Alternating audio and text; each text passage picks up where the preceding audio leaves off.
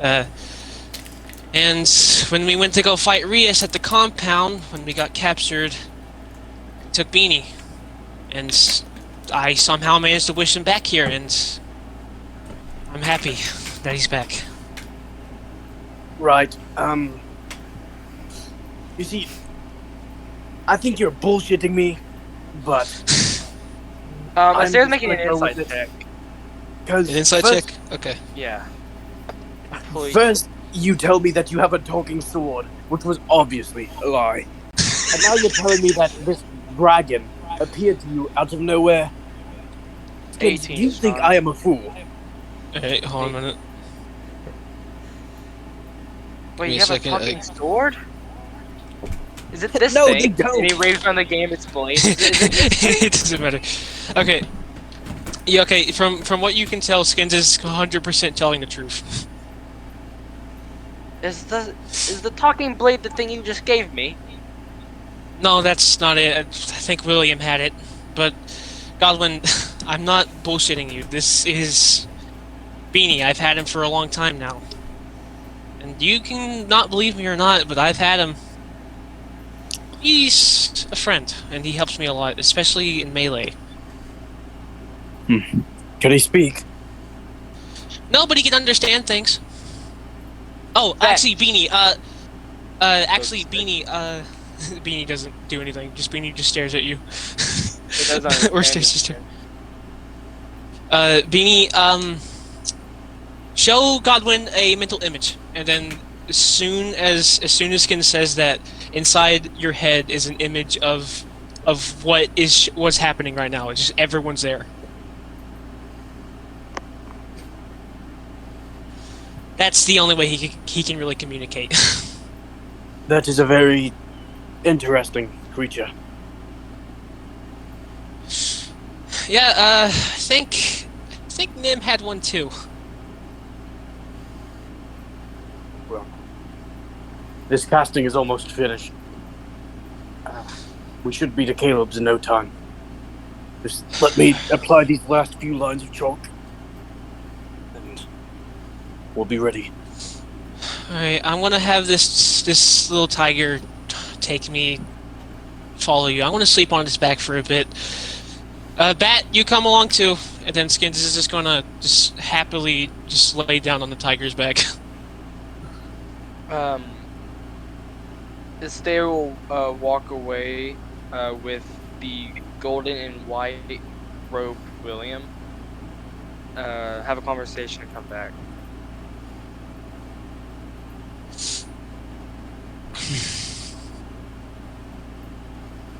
Alright. So are you guys just Assuming we- waiting for Godwin to finish the teleportation circle? Yep. Alright. A few minutes go by. 10 to be precise. Godwin finishes the markings, mostly on the mud around the area, though it crosses over the rough terrain, kind of mix in with the lighthouse structure. 10 minutes go by uneventfully, and you don't hear any more from the inside of that keep. The spell activates, all of you jump through, and appear in, with this many people, the mostly cramped room that is in what Caleb's tower, the gray dome-like structure that he keeps. As you enter, you see Caleb is standing there, kind of rubbing his eyes, and obviously recently changed back into his more uniform attire that he's used to, or you're used to him seeing him in. Caleb, Yes. do you have a way into the Feywild? Not on hand. Okay, right. Here's the situation. We fought a lich. William did something silly and got himself transported to the Feywild. I tried to scry on him. Saw a man in a robed cloak who looked directly at me and then proceeded to dispel my scry. That is strange. Anyway, I figure if you want something to get into the Feywild, you're going to have to either go to a high-powered shop, likely over in Rexington, If you have any way to get there quickly, I could give you a circle if you do not. Though I think you are, if I recall, affiliated with Astrid. If you can get there quickly, you could probably buy Feywild supplies like a dime. They are very common there. It's such a big shop, or such a big place, you know. Okay. So we have to go into the heart of the Empire. Whoop-de-doo. You could get I them do have- here, but since you are not drow and you are obviously outsiders, many of you are human. She's a drow. Points at him. Yes, one drow. You may be harassed by the guards if you go into the town in the middle of the night, as it is. Even in this eternal night is considered nighttime at the moment. Or if you just start going in talking about extra-dimensional travel, they may think you are spies of sorts. The war is still going on, you know. There is still quiet conflicts. So humans and the such are not that easily trusted, especially if they don't know any of them.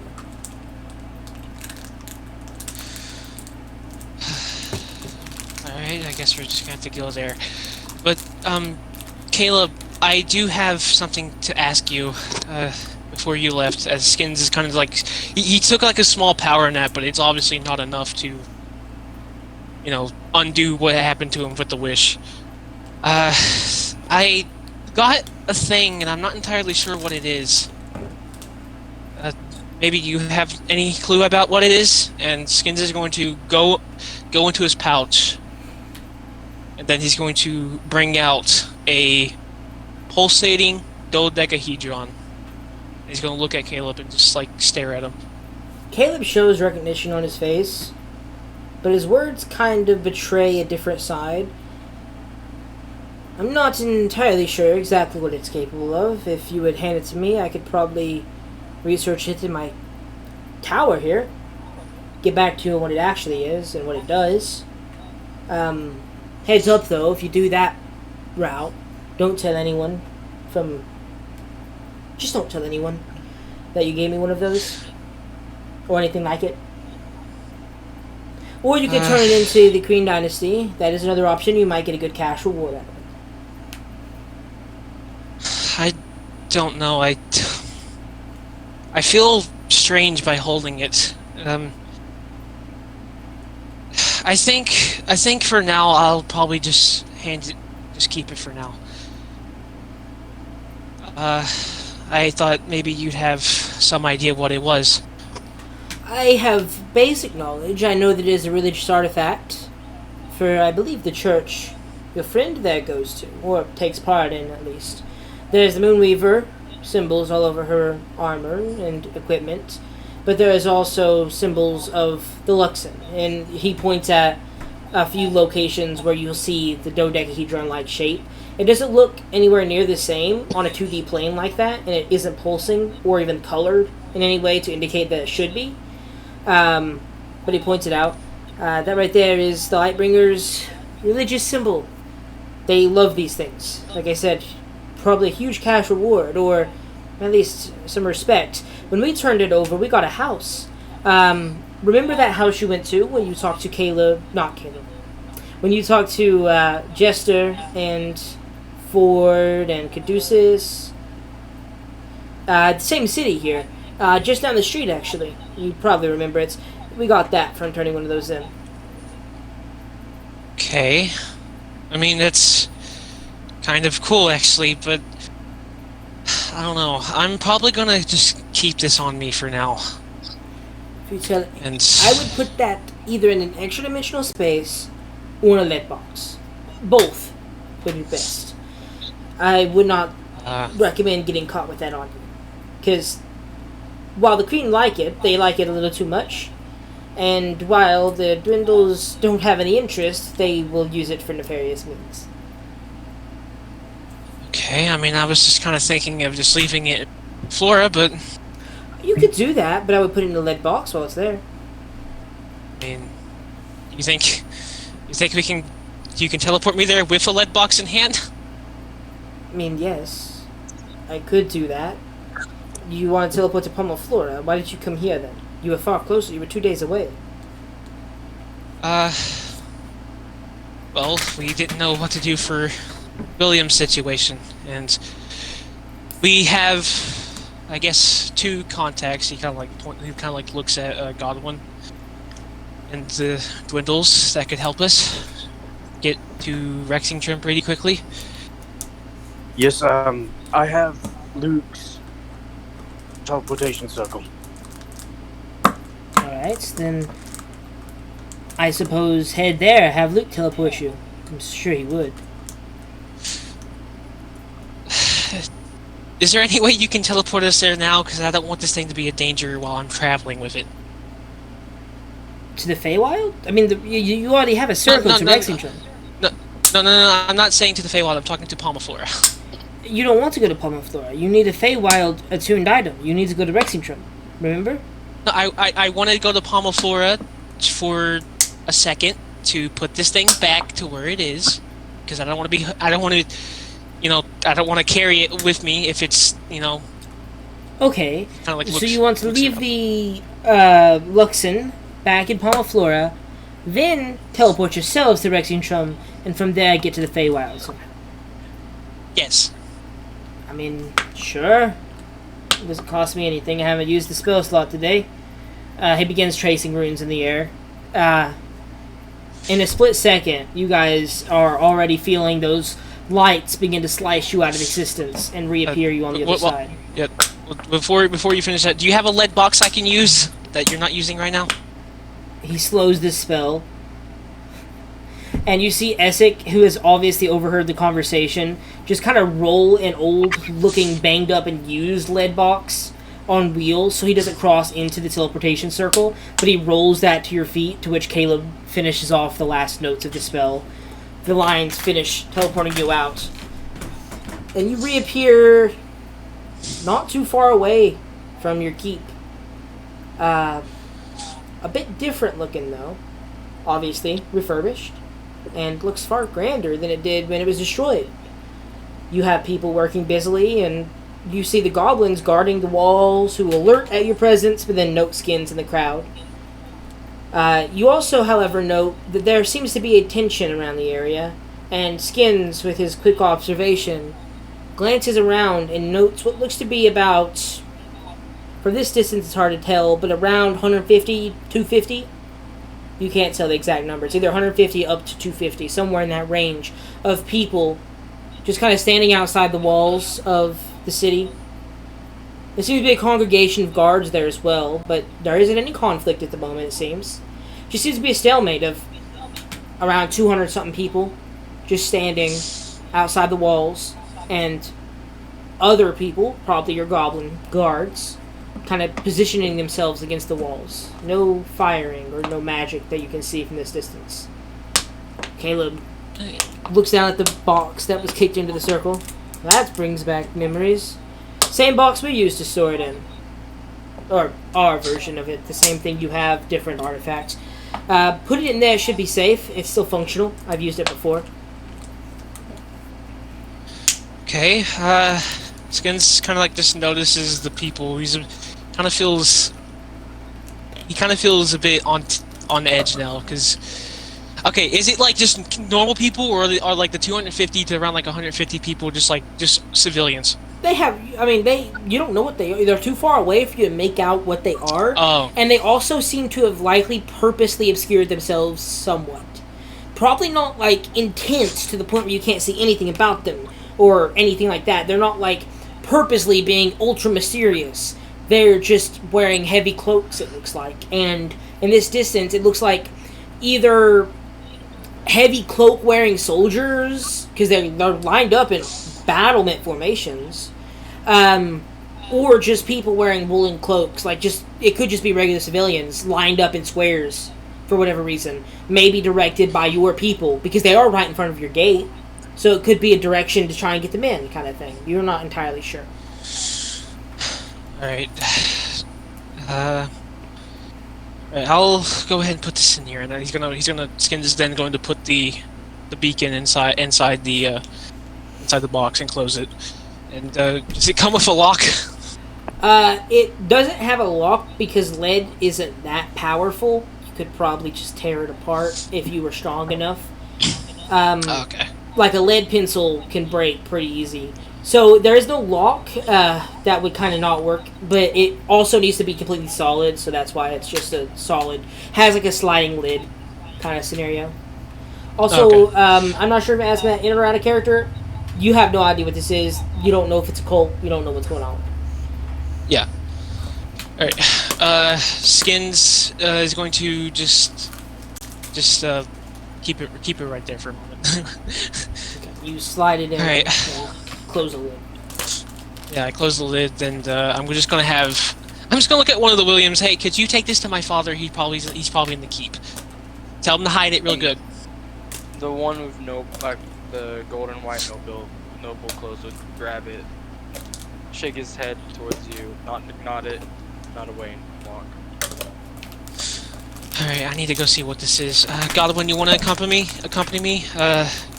Everyone else, you want to help me? Because I don't know what this is.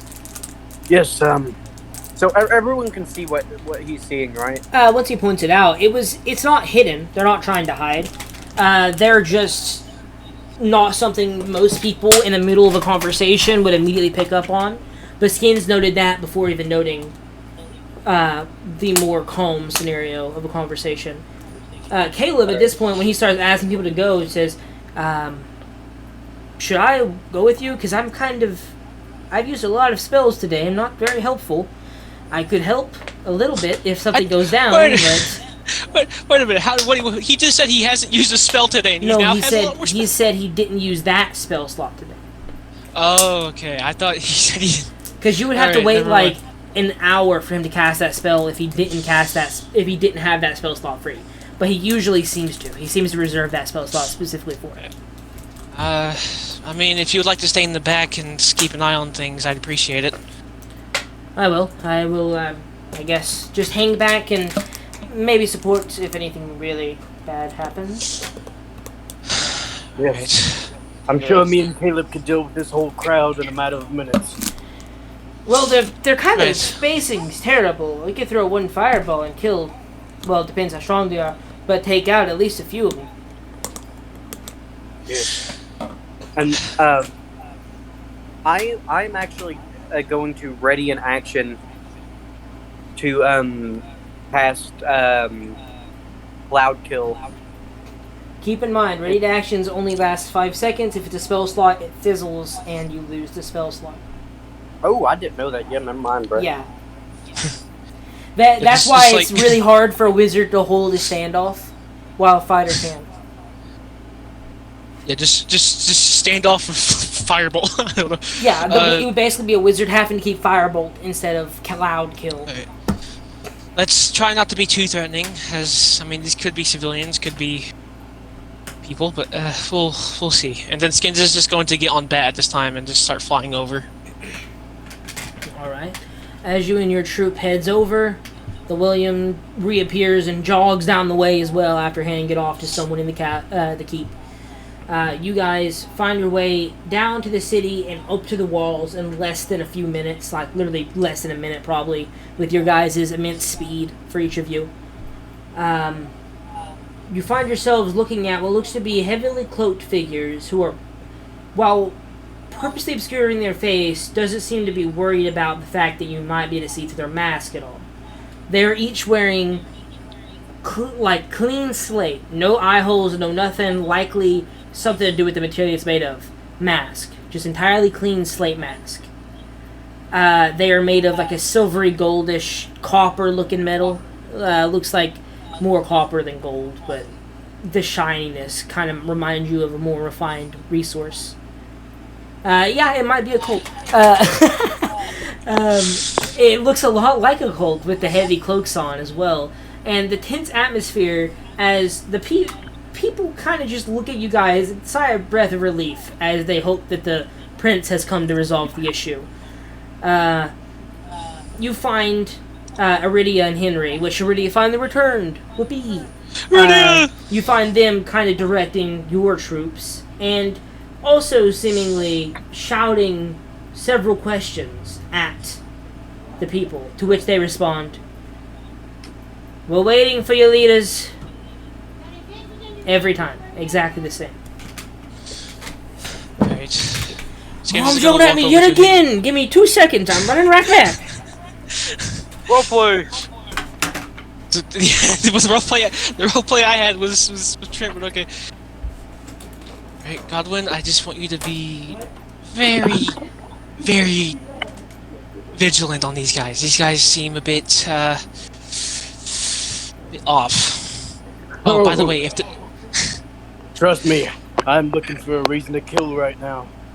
They do one thing, they're done for. Astaire pulls up his sword and shield, and then will raise his sword, and all 5 Williams will just march back. Alright, they're all preparing Eldritch Blast. And you're seeing them prepare a green color substance of ball power. Artillery strike, buddy. So, the Williams are trying to artillery with Eldritch Blast? They are. No. Astaire pulled up his sword and shield, raised it up. The Williams start marching backwards and start preparing Eldritch Blast. Okay. So you guys are basically preparing for if they do something, you're doing something. Yeah. Williams Yeah. are But Aridia will look over at you guys as you enter the scene after the response of, "We're waiting for your leaders." She kind of looks over and says, "Well, you're our leaders, aren't you? For now, at least. Your father would be better suited, but he said he should wait for the rest of the lords. His vote is not enough. These people, whoever they are, have just been standing here for about a week. None of them have moved. Not an inch. Well, a little bit, but none of them have eaten. Like, this is they're either extremely determined to frighten us, or they are super soldiers."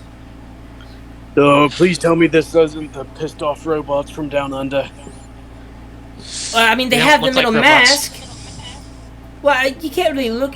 Can you really see through their cloaks? Like, you can't really tell. You just see the mask. I mean, if that's not a mask, what if that's the face? You know what I'm saying?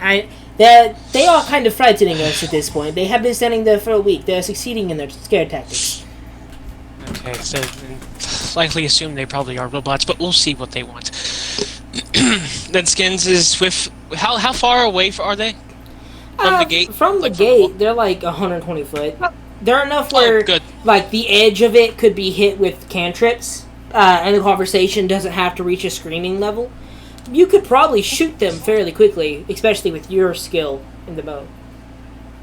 I wanna say that they're in shouting distance. So if I were to talk normally, I'm not gonna say so.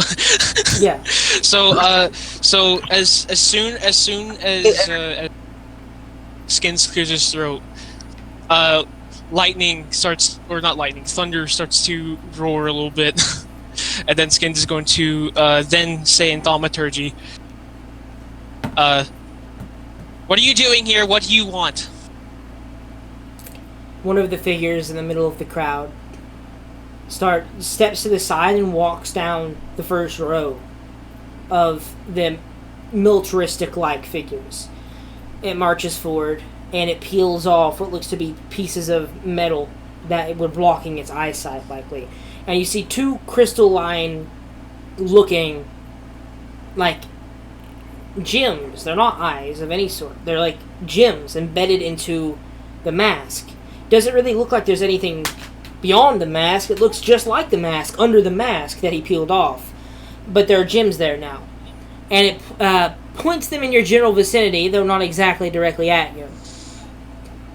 Good. You have arrived. Anyway, we're here to negotiate something you have taken from us. Long ago. You probably remember me. Though you don't know quite yet who I am, I suppose. Do you recall mention of the skeleton? Or the web? No, I'm afraid I do not. No. Interesting. Well, this right here is the military branch of the skeleton. I am the web.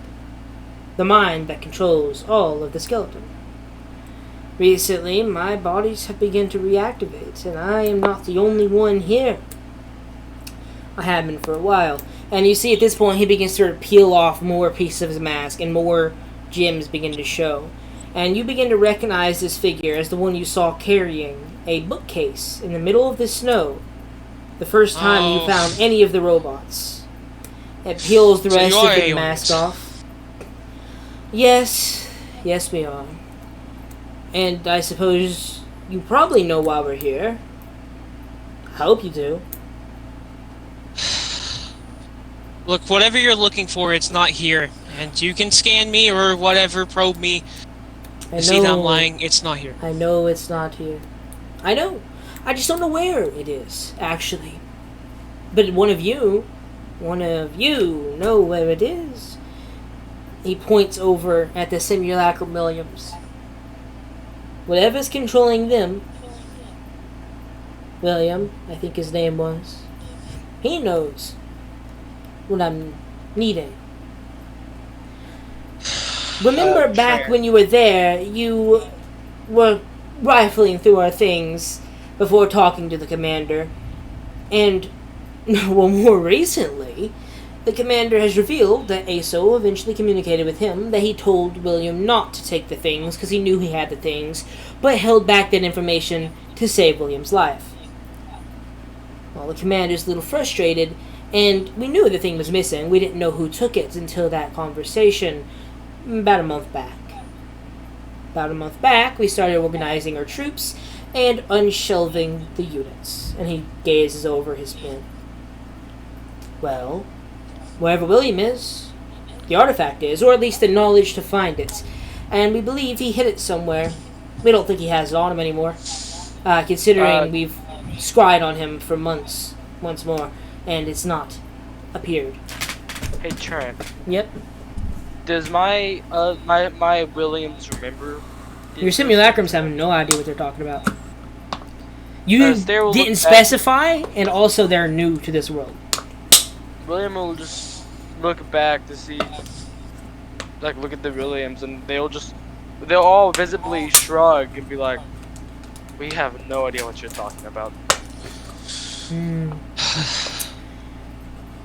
Well, see, the issue That's with that Aeorians, if you guys don't mind if I call you that, right? That's not a bad thing? No, we are proud to be of Aeorian descent. Okay, good. See, the issue with that is that we have no clue where it is either. And yes, we have Williams behind us, but the true one is gone. And look, at least me personally, I do not wish to fight you. I have no quarrel with your people, and what is this artifact anyway? It is the only way to break the seal. You walked through our city. You saw how our people have been entrapped for thousands of years. You understand that those barriers are unbreakable, and we needed a commander to activate the artifact. We got the commander and lost the artifact. Now we just need the artifact, which William took when he left. We cannot break our people out, and therefore secure our own creation to further our kind, nor repay the people who so created us long, long ago. You better find William if he's not here, because we know you know William. Skins is just gonna rub his head and like look away for a moment and just rub his head. It's like, William. Skins is then gonna turn around and look at the Aeorians. Look, I'm sorry that one of our friends took something of that important to you, and I would help you if I could. Because I would, if I knew where it was, I'd help you right now. But since William is no longer in this plane, we can't help you right now. We're not wanting to fight unless you strike our hand. Whoa, we're not going to fight you yet. How long do you think it'll take to get your friend back? I don't know. He's in an entirely different plane. You think I know what planes are? I mean, I've heard stories about him. Well, a day in the Feywild is way less here. I'm not sure exactly the translation rates. I think it's 1 to 10. So, 1 day in the Feywild is less than a tenth of a day out here. I don't know believe. where he's in the Feywild. Say what? I didn't say the Feywild. We've How been do you know this We've been Feywild? tracking every movement he's ever made. You said he was in another plane. I was scrying on you when the spell was cast to tell you where he was. We have watched every movement you've made for the past month. We know everything you've done. We know that you met a guy named Vaxeldon, even though he was extremely stealthy during your encounters, even to eyes while you were talking at him. We know you just went to Caleb's house. Oh, man, we really need to get like lead covering on our bodies. I'm tired of people scrying on us. You kind of just like side talks to Godwin, and then he's gonna go back to thaumaturgy. Look, I have no quarrel with your people, and honestly, with what's been happening recently and with what I saw back then, I'd like to help your people too. Being frozen in time like that is, I don't know, probably damaging. Well, I mean, I don't think they can tell. It was designed to be a stasis protective mode. It probably wouldn't have any memory of the exchange. It'd be like amnesia, I believe. You're just screaming aliens and during this entire conversation looking at these guys. Because it's cooler, okay? Shut up. Aliens! I've decided that they're far enough away. Yeah, Sean already offered to be probed, so we're pretty much there. Aliens. I can't remember exactly what the last thing you said was. What was the last thing you said? Oh, something like we don't know how long it would be to get William back, right? No, it's more so that, like, I mean, like, them being in that stasis would be kind of damaging. Oh, okay, yeah. And you said it's like amnesia to them. It would be like amnesia. Well, if you believe he's in the Feywild, we believe he's in the Feywild as well. 1/10 a day, you know. I don't think it should take that long to get him back. How about we make a deal real quick? We won't assault and kill any of your innocent civilians or any of your guards, anyone who signed up for anything. We will not do anything to harm any of you, both as long as you do not harm us, as well as if you get William back by the end of the month. You have 30 days. That's quite a big jump. Like you said yourself, like I've heard and what you said yourself, the Feywild can take a lot longer. No, it can take a lot less time, actually. If you took the full month in the Feywild, you would be spending 10 months in the Feywild. You would have to stay in there for 10 months before we started assaulting out here after a month. Alright then. Stable, but Don't go.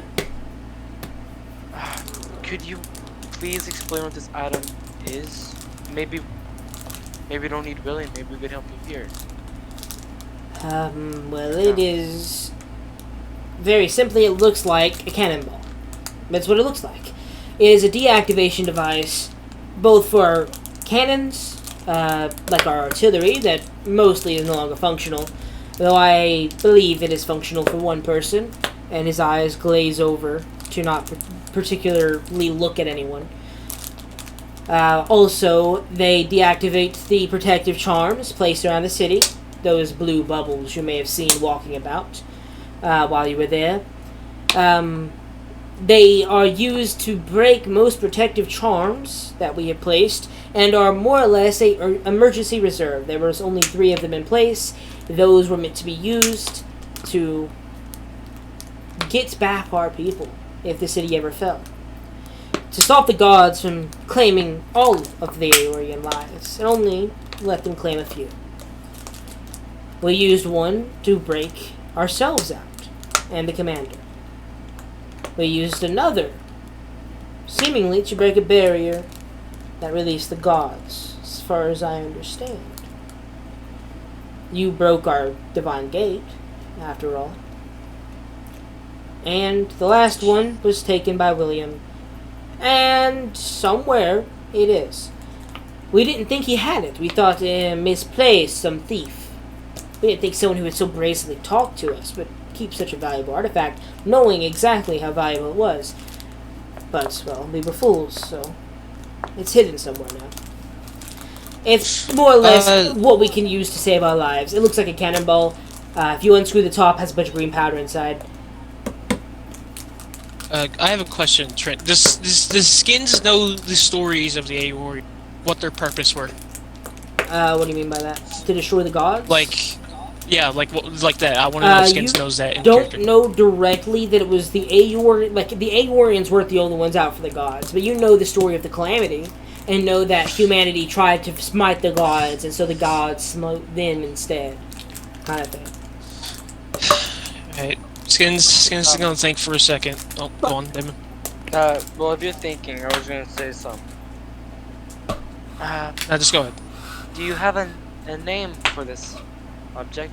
I don't know if you told me already, but let me ask. We literally just called them the deactivators. That's all they were used for. There's no special name for something so simple. William will hold up his hand, and the spells of Eldritch Blast will fizzle. He will bring up one of the Williams. Before William does anything, Skins is gonna stop him for a moment. Alright. I have to say something though. The dramaturgy just dies down because the cool moment's over now.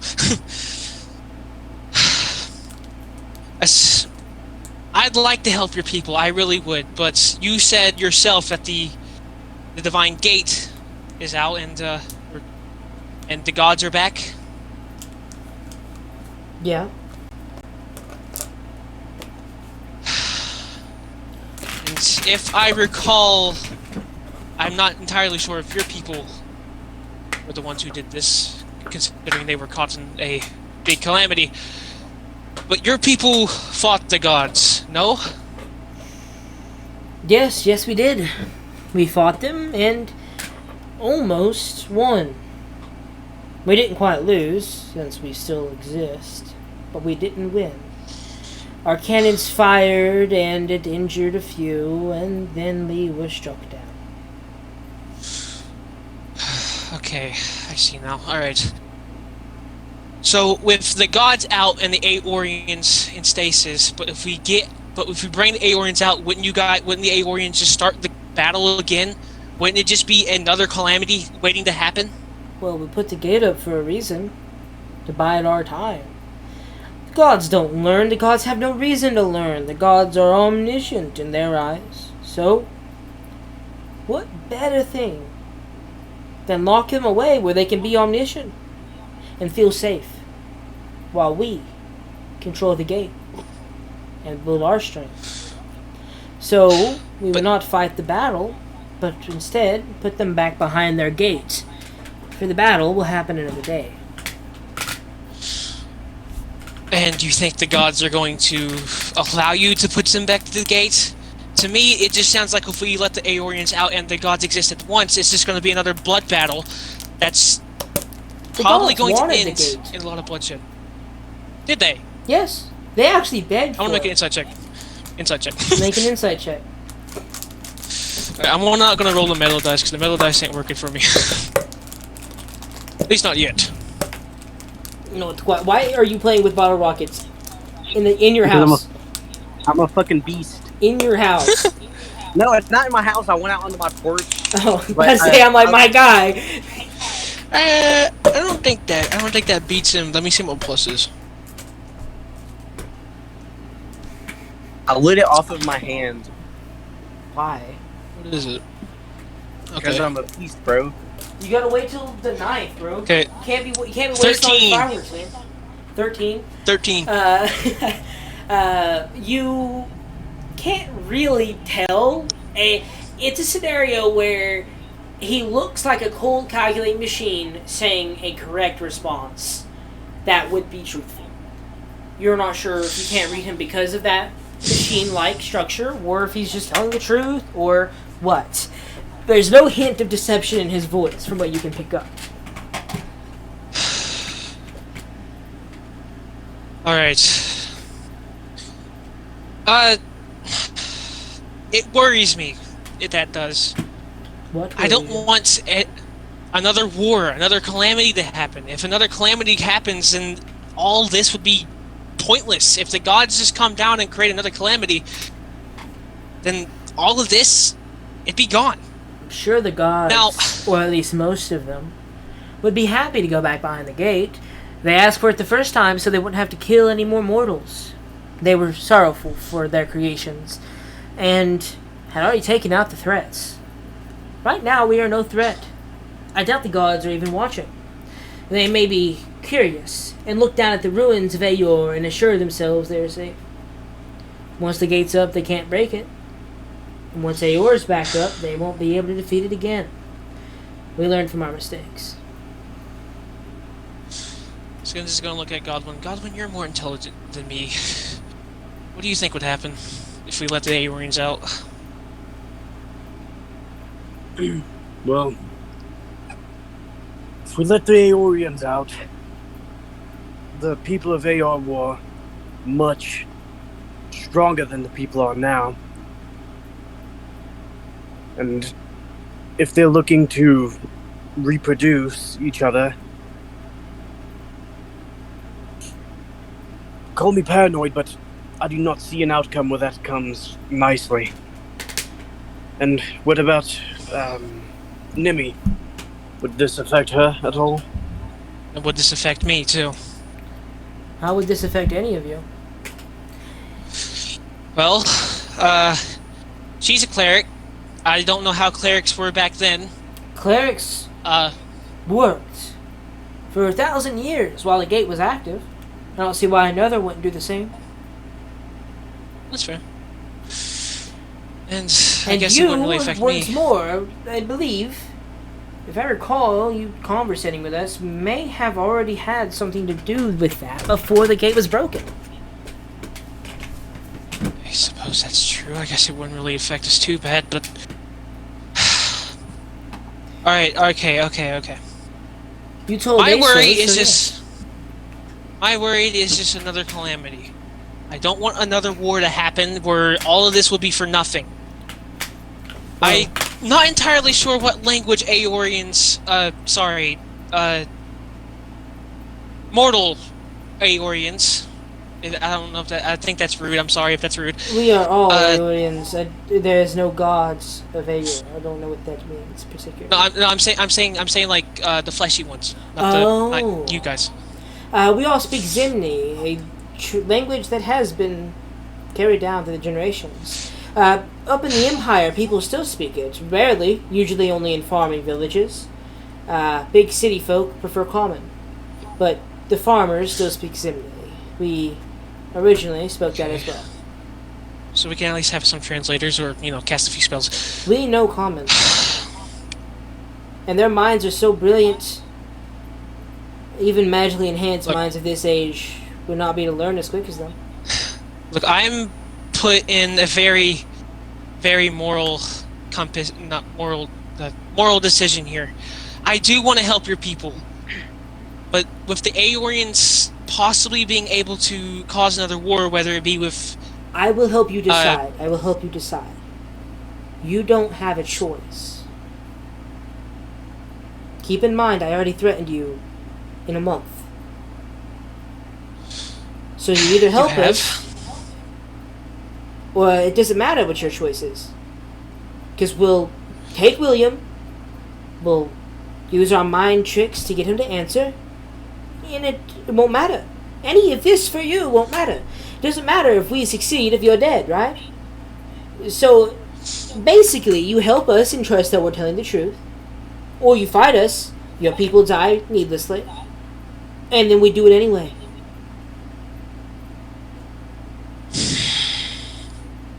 You know, you're not making these negotiations. It's not a welcoming, negotiation. It You is said something yourself it was you a negotiate. I'm trying to calm your mind so I don't have to threaten you. You're talking yourself in circles. It's not a negotiation okay, anymore. look, It is look, a transaction. You give us William and the information, and we don't kill your village. Look. As long as the Aeorians, whether you are in control or your commander, can promise not to start another calamity, then fine. I'll happily help your people. I don't want to have your people be stuck in a stasis time for who knows how long it's been. About maybe, what was it, 1,000 years? I don't know. I believe 800 and something. So a little less.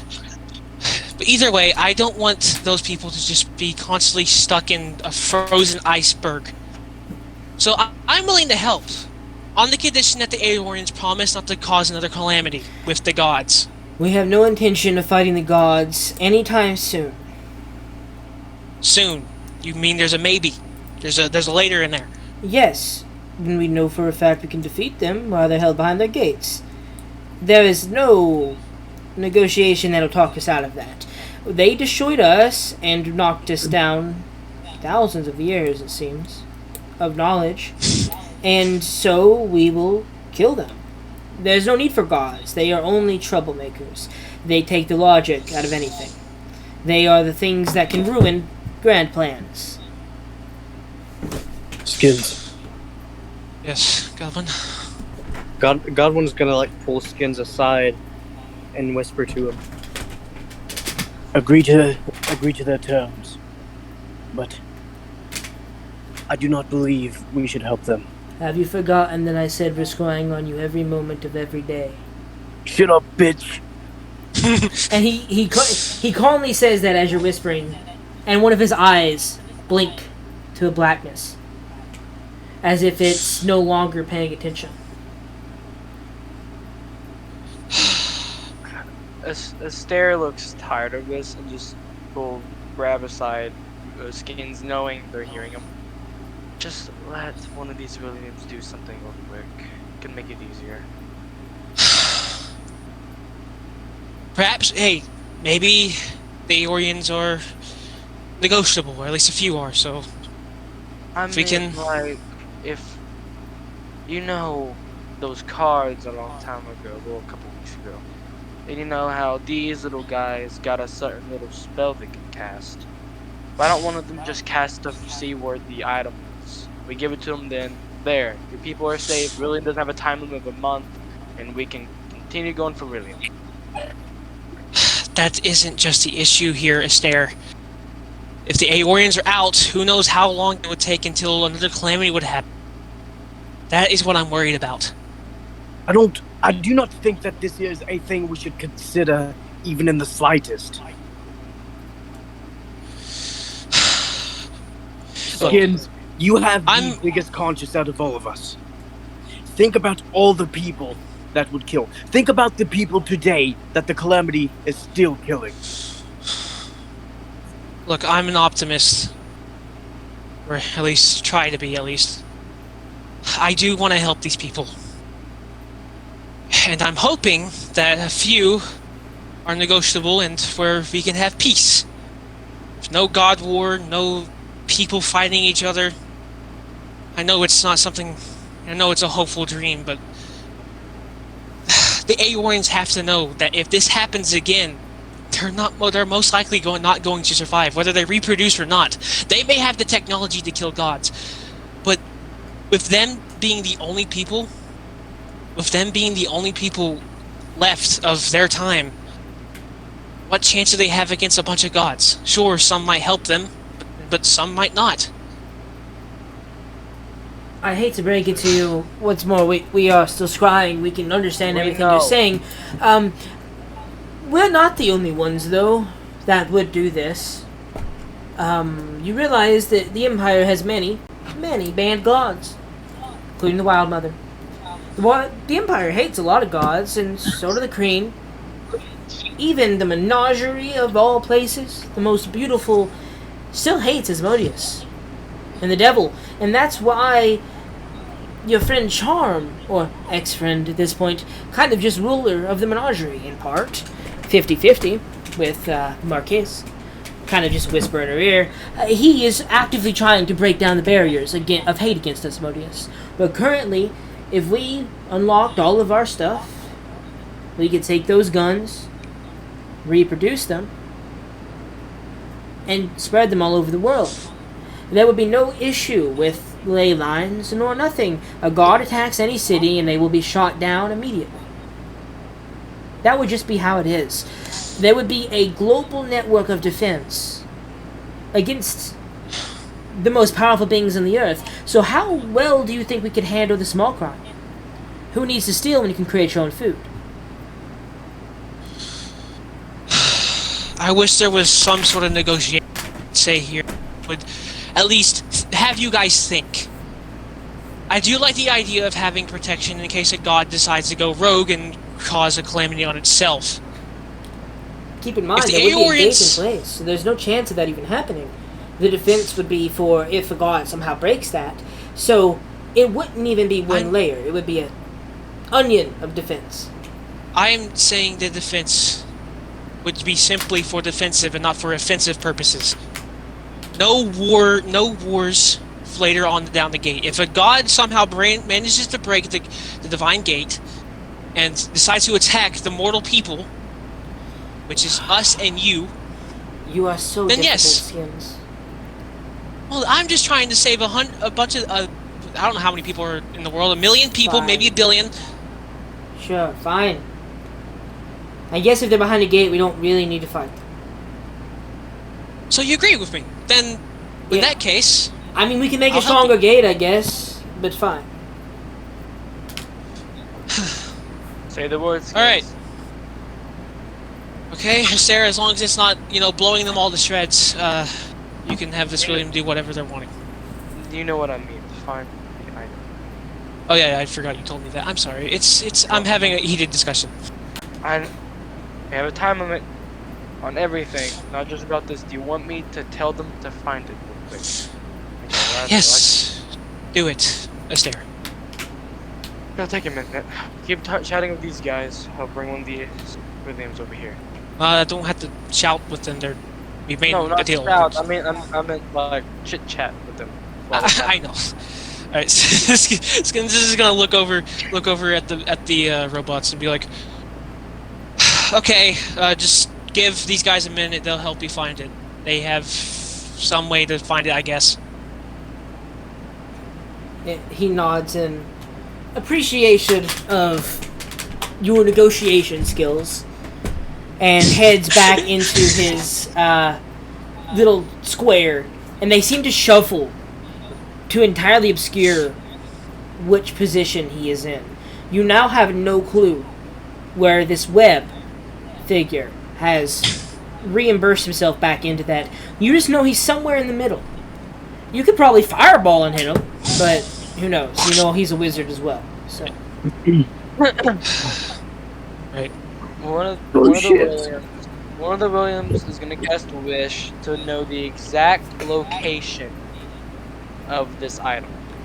I forgot the word. you wish to know the exact location of this described object. Yeah, and that's William will say the name and describe it Yeah. inside of Aeor. Where is the exact location? Show me now. Pretty much. I'm going to help you a little bit and say you didn't say that first line of inside of Aeor, because why would you? Yeah, But I'm just saying. yeah, your mind's eye with this William flashes across the land into a cold, icy landscape. Balin Post far in the distance, and that point is pinpoint in your mind. You're certain that this simulacrum of William could find it simply by referencing that moment of the image in his mind burned in, like a light on the retinas. You're certain you could find it if you just go there. You can't really describe it because near Balin Post doesn't really help in such a snowy, blank landscape. But if William went there, this William, you could probably dig it up fairly quickly.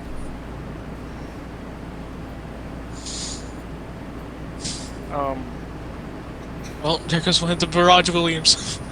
William It's either he- haphazardly starts sprinting to the rest of the group again. Astaire barely keeping up.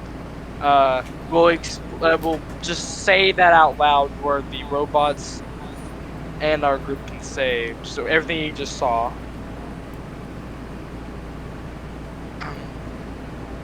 And then William will talk and say, if you guys would go and get William, I could go with these guys. I know exactly where it is. They'll probably keep me alive so I can give it to them.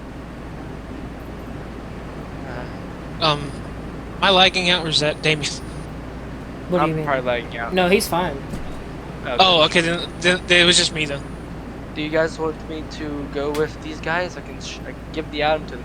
They won't kill me because they need me to give it to them. And also, you guys can also still get William back, so it's even faster. I know exactly what the item is. And I'll definitely remember where it is. But this is up to you guys, though. You guys want me to go with them? I can show them. Skins, that's up to you. Your people.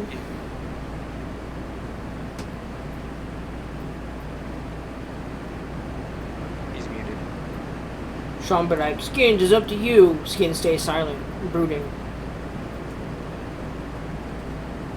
He might have liked that. It's amazing how insecure some all-knowing beings can be.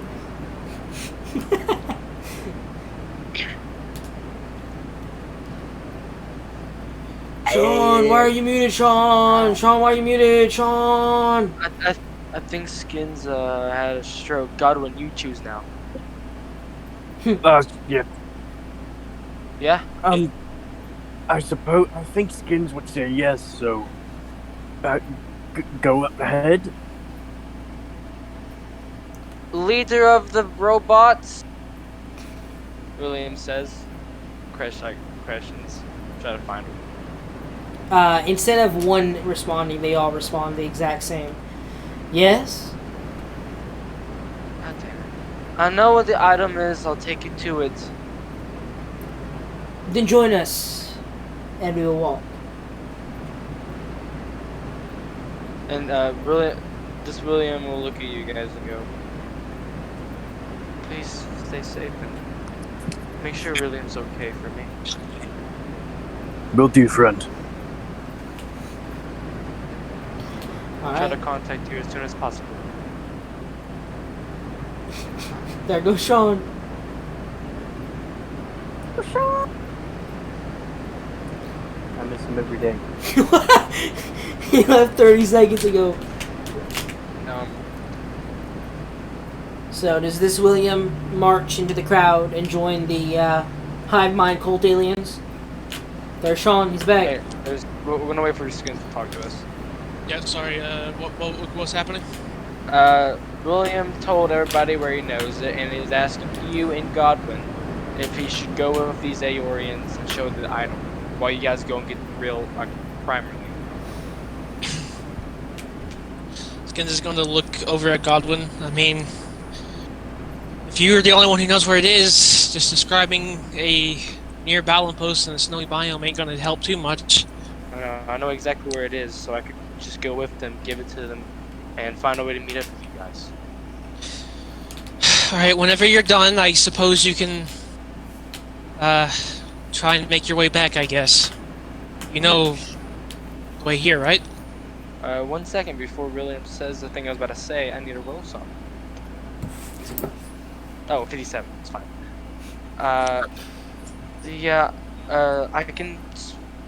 I'll find my way back to you guys, and also I have a couple of these left, so I can just communicate to you normally.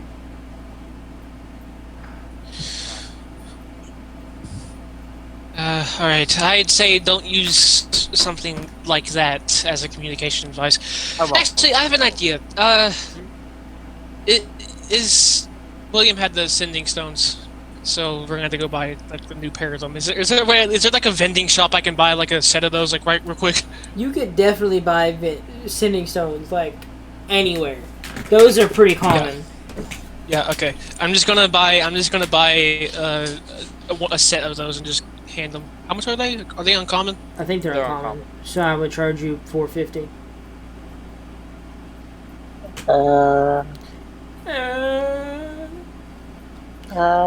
William will grab the sending stone. Give everybody a hug. And just says, "Please make sure William's okay." Yes, sir. Onwards, robots. Sean's gonna die again. But you join the robot brigade, and they march off with this particular simulacra, William, and disappear into the distance, seemingly without quarrel. Relatively quickly after that happens, another group, much smaller this time, only about 4 people, walk out of the woods, and seemingly very large fellows, though obviously not as threatening as 200 robots. These people look to be wearing barbaric outfits and carrying on their backs, not on their hands, heavy battle axes, small hand axes and shields. There's about 4 of them. They walk up as those depart and immediately request entrance to the city to conversate about hunting laws of the area. You can incite them all you wish. They are telling the truth. Can I fly down to them on my broom? Sure. You hover down next to these barbaric people, one of which is a full 1.5 feet taller than the other 3 of the troop, and seems to be very proper comparatively. The others seem a little bit more rugged and like almost itching for something to happen. This one, however, seems to be more calm and also has a look of recognition as he looks to the walls, like he understands who owns this place. You're not sure exactly who this is, but the only one who would be is lagging out at the moment. Sean's character, Skins, recognizes this as the Barbarian King you helped free from the Crystal Shard when you lost Charm to it. So, Yeah, what? wait, how tall are these fellas? This guy's like 5'8". he seems to be human, but obviously have heavy Goliath heritage in a weird sense. Like, they don't even really exist here, Goliaths, but he has to have some heritage of that type in him. He's like nearly 8 foot tall. He's like 7'8", 7'9". Okay. He is ridiculously large, and the others here seem to be about 6 foot something, 6'5", 6'6". They're about 1.5 feet shorter than him, but still relatively tall, as barbarians tend to be. Okay. Godwin is going to hover to where he's just slightly taller than the Barbarian King. Doesn't seem to bother him. He looks up at you. So, you are here for hunting laws? Yes, me and my people, they live off the land. We have scattered once more. We are no longer congregated, though people seem to be more interested in doing that more often. Instead of it being a event in which you transition leadership, it is now just a yearly event. We thank you for how kindly your group, if not yourself, handled that. Your goblin friend there helped us a lot. We actually fought. He spared my life, surprisingly. Yes, we're here to ensure that you guys, as a civilization might do, don't just hunt in the mountains of the Heartstone. It is about a day's journey away from here, but we're trying to ensure that we can at least survive, and the mammoths don't get hunted for their tusk or anything beyond, recovery.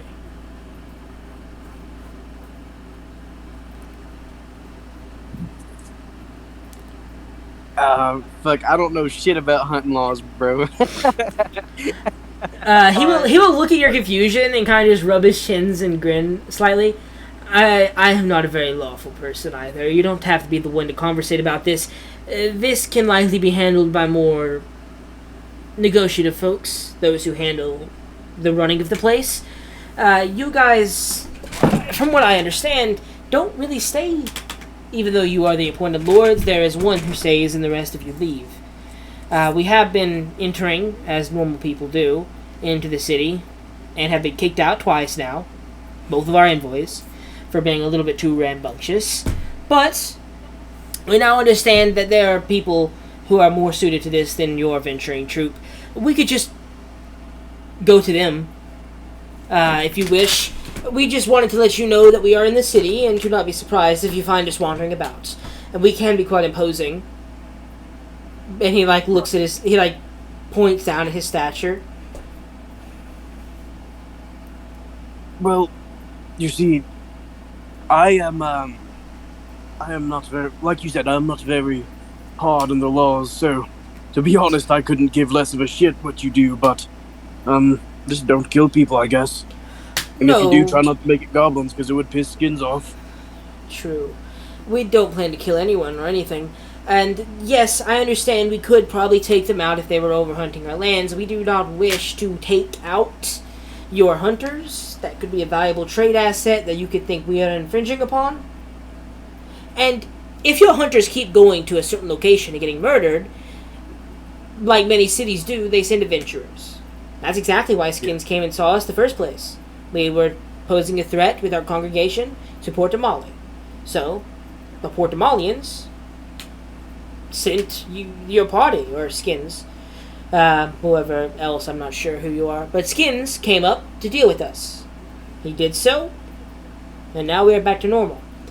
So we don't wish to have adventurers hunting us down. So that's why we are negotiating. We are not just combating. Right, so pretty much you are just asking us to keep people out of your area? We're hoping you could mark the mountains as an outer border. But once more, we don't have to negotiate the fine details right now. We're just hoping that you don't hunt the mammoths, because that's... We're the mammoth tribe. That's our whole thing. Well, I'm sure that wouldn't be very hard to do. If that is your lifestyle, and it is being infringed upon, you are within our territory, so we are within our rights to protect you. And in response to your kinship and allowing your hunters a clear-cut border, and to not hold us responsible for anything beyond that border, as in poachers, we are going to help you as well. We are going to supply you portions of what we create. We will trade and network with you for your refined goods, even though our people might not buy much, and instead will sell rugged supplies more often than not. I'm sure more eccentric folk would buy it. As well as, since we are so close, and yes, we are in each other's territory, and our borders are right up against each other, and we're less than a day's travel away.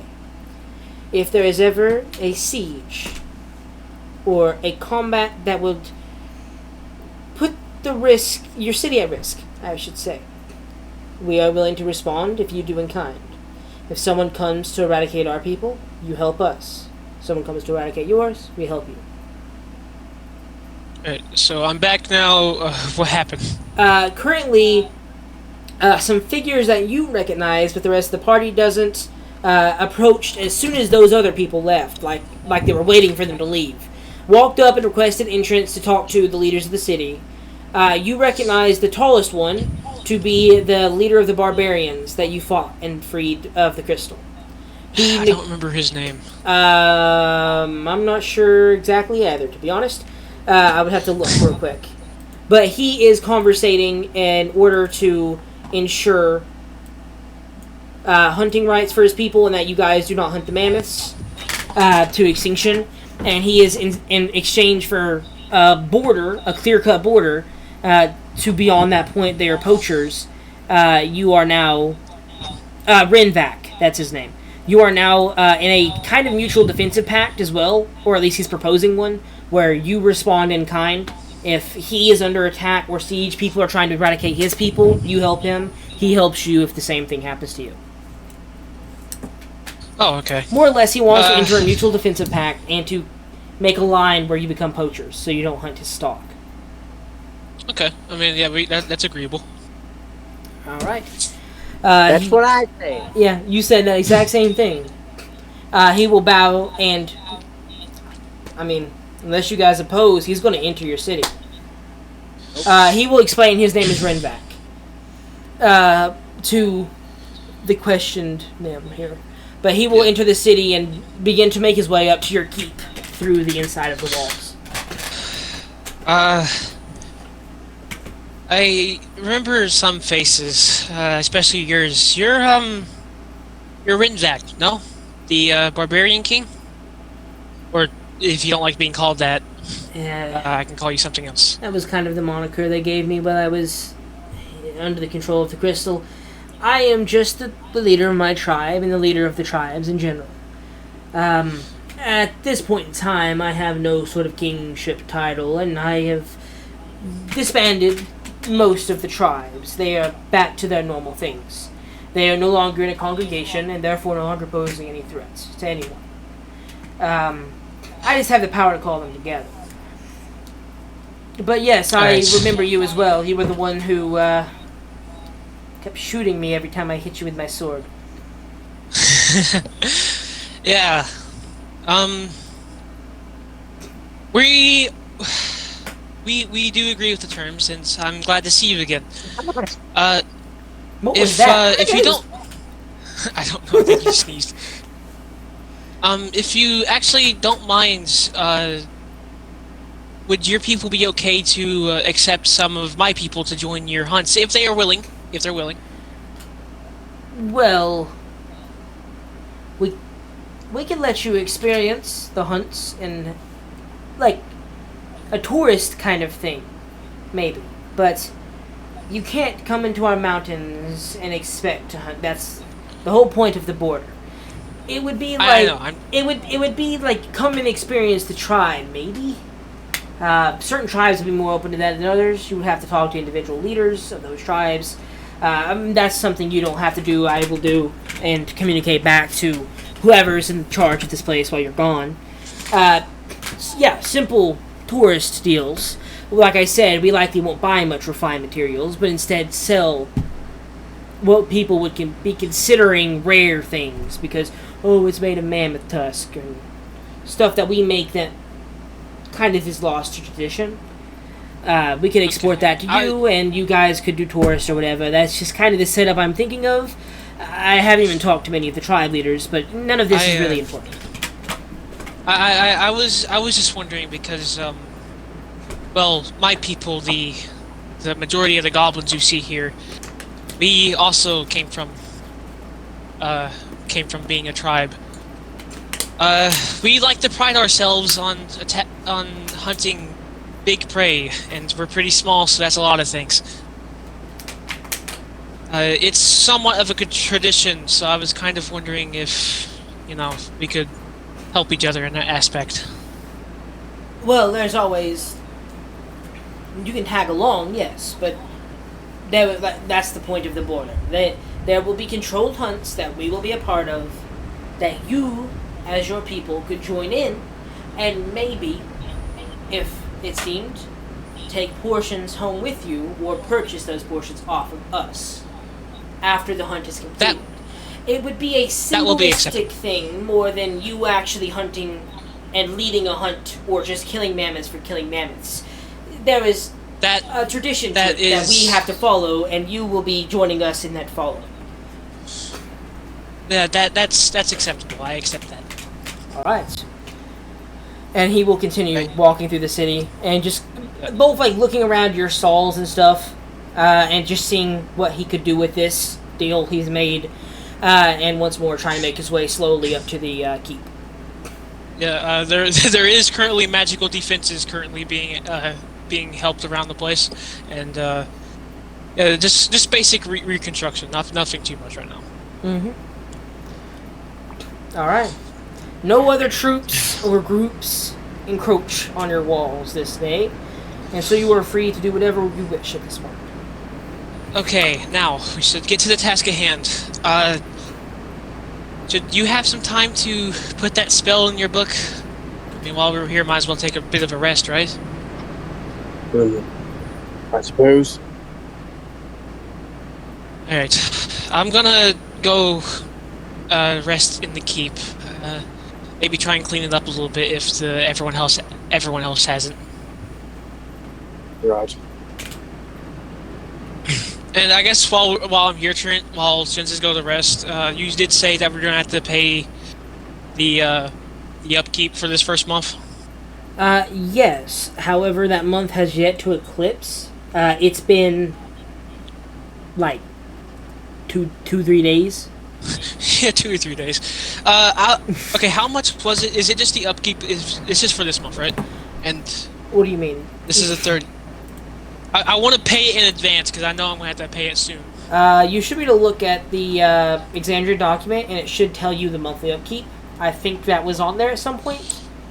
Yeah, it should be on there. I'll look at it. And this is a 30-day month, correct? Yeah, every month is considered a 30-day month, even if it's not. Okay, that makes math a lot more easy. Yeah. That's why I did it, because otherwise... Yeah, I'm not doing that. Alright, Goblin and William and them can do their own thing now while I do this. I need to pay my upkeep too. I have to pay it for 2 forts. Yeah, once again, it's been like less than a week, my guys. Okay, I'm not worried about it then. I'll pay it. Yeah, it's not on there. You'll have to calculate it, I believe. Oh wait, no. Upkeep per 30-day month is $7,200. For Palmaflora.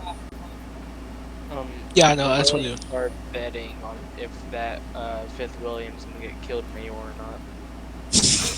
Place your bets So- today. Are we going to Aor soon? I mean, you guys just sent off a guy to give them what they needed. So unless you plan to stop them, or there's some other reason that you discover, not really. I have a reason to be in that area. Yeah. I'm not specifically Aor. Yeah, well, we need to get William, and then I think we have to head up there anyway to get William's boat. Yep. Mm-hmm. Yeah, that's So, probably when I'll Yeah. do my thing then.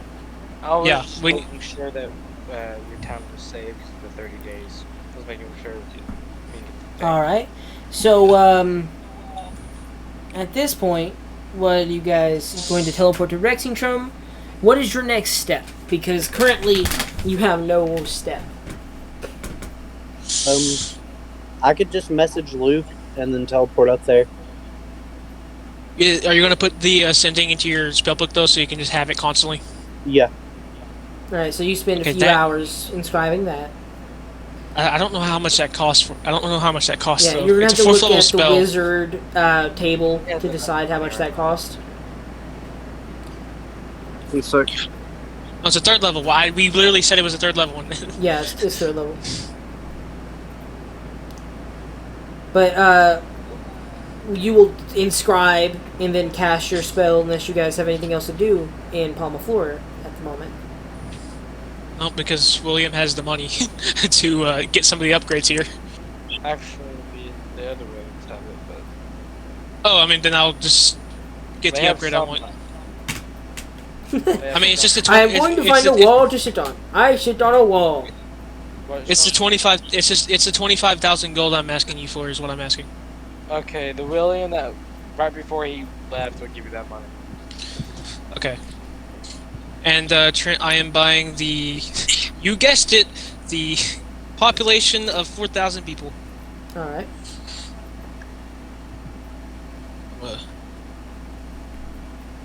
Is that now?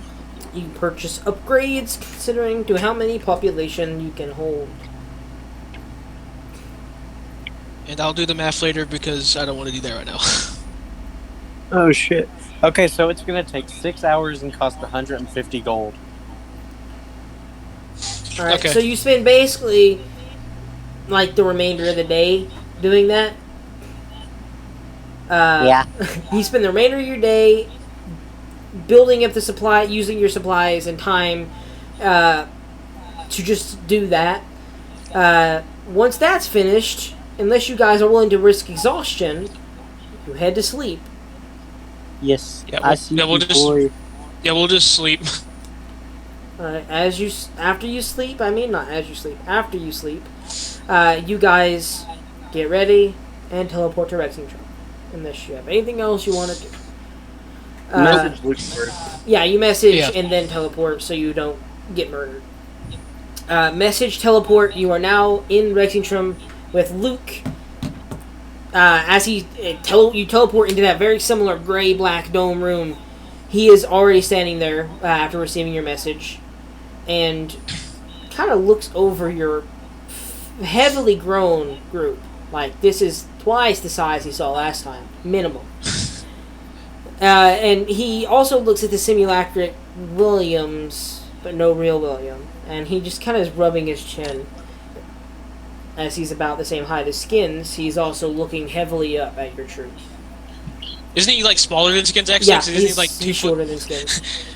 Yeah, Skins like appears and sees him. He kind of like Skins just kind of like he doesn't give a glare, but he just he has that disappointed look in him. At Luke? Yeah. Luke is going to look extremely shocked at this reaction.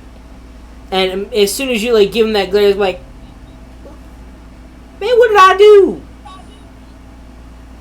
Let's. I not ain't get into done the nothing details. to hurt you. He was really in the fight of the village. I'm pretty sure. I wasn't he? didn't do No. nothing in that fight. Oh, I thought you. Oh, okay. Never mind. We're gonna retcon that because I thought Skins had saw Luke actively killing some goblins. But okay. No, Luke was like casting like firebolt and shield to protect himself, but other than that, he wasn't really doing anything he could have done. Like, he may have Okay. at that point in time locked you in the fight and like dispelled your escape and everything, but he didn't. Like, he was throwing Okay, firebolts okay, loosely, okay. kind of thing. Okay. Wrong event. Sorry. Right, you are now standing in this black half-domed Yep. room with Luke standing in front of you, looking interestingly up at your group. Yep. Sorry. Okay. Skins is gonna look over at Luke. It's like, we need your help again. I mean, of course you do. What do you need my help with now? Do you know how to get to the Feywild? I have... And that's what we. No, not yet. I know. It is like 8. You're halfway through, man. I'm just joking. But he's like, I have a few items on hand. I could run down to the shops as well. Anywhere you could get something like that here. Alright, it'd be really appreciative as William got stuck in the Feywild due to us fighting a lich. So, Interesting story. Give me a few moments. I will have to dig through my chest to find where this artifact is. But after that, I can plane shift y'all. alright, how long do you think it will take? Since I would be casting it as a ritual, 20 minutes max. Okay, that's fine. We can just lounge around, I suppose. Yeah. Heads up. You are in a wizard's tower. And he will head off up the staircase. And he will point down to this way you could get back to what you assume is commonly the resting room, like the living room area.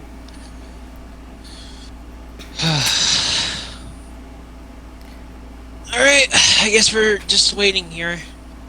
Skins is gonna look at Stair and the other. What is it? Just now 4? Is it just 4 Williams? Or Williams. And he's just gonna. It's like. Well. I guess we're about to go into the Feywild now.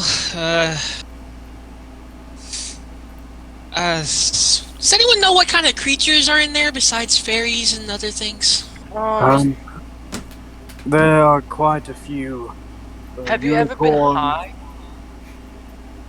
Skins? Hold on a minute. Godwin was speaking technically first. Oh, I didn't. Lance. My bad. Well, there are many types of creatures in the Feywild. Unicorn, redcap, treants, bright, beta. All kinds of things that will fuck you up thoroughly. Okay, so no hunting then. Got it. Um, yeah, there's like monkeys, and have you ever been high before? No, don't think so. Have you, Goblin? Yes. Think of that feeling, but as a monster. What does that say? There's some weird stuff. Okay, just so don't trust anything. If it's Everything's- weird, it's normal. No, weird is normal there, but it doesn't mean it's a good thing. Okay, good to know. Good to know. Don't trust anything is pretty much what I'm telling you. And don't accept help from strangers. You might lose your memory. Okay, good to know. Don't accept any help. Don't speak too much. Be happy. Okay. Oh, and also you might lose your memory anyway. Yeah, that is Oh. true. Well, I'll be keep very writing in happy. the journal. No bad thoughts, clear thoughts, happy rainbows and sunshine. I Think of mean, that the entire time. I'm pretty okay, I guess. That's good. You, Any as bad soon as you thoughts? say that, your mind immediately goes to fire. If you have any bad feelings or thoughts, you have probably a harder time in there. Maybe don't set me on fire then, or if there is fire, try and help me. There's everything. Of course. All right.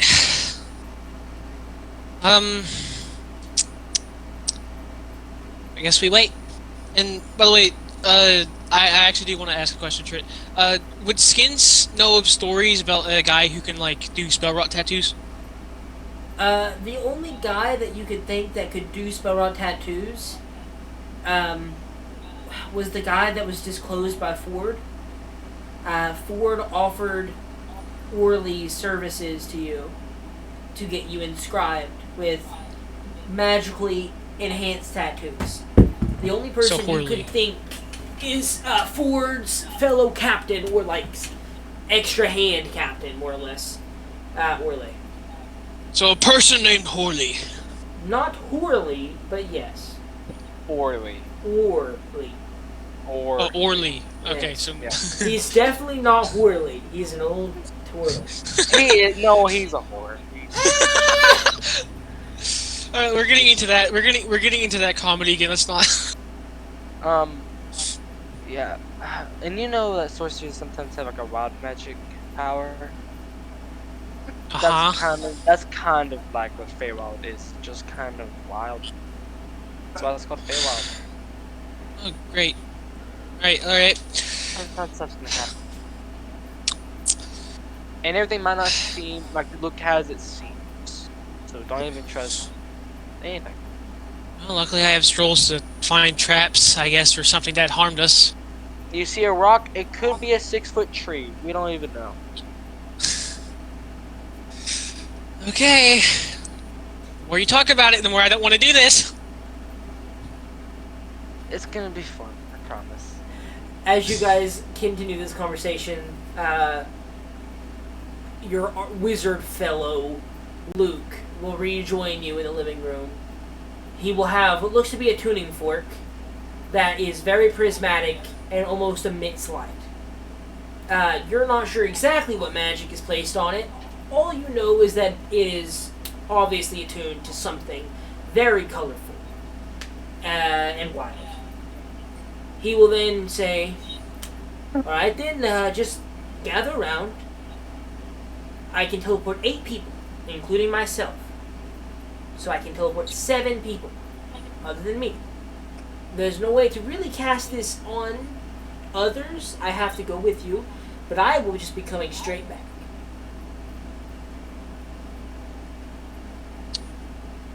Okay, and they can hold 7 people when there's You 3 plus 4 Williams and Astaire. Me. and BL.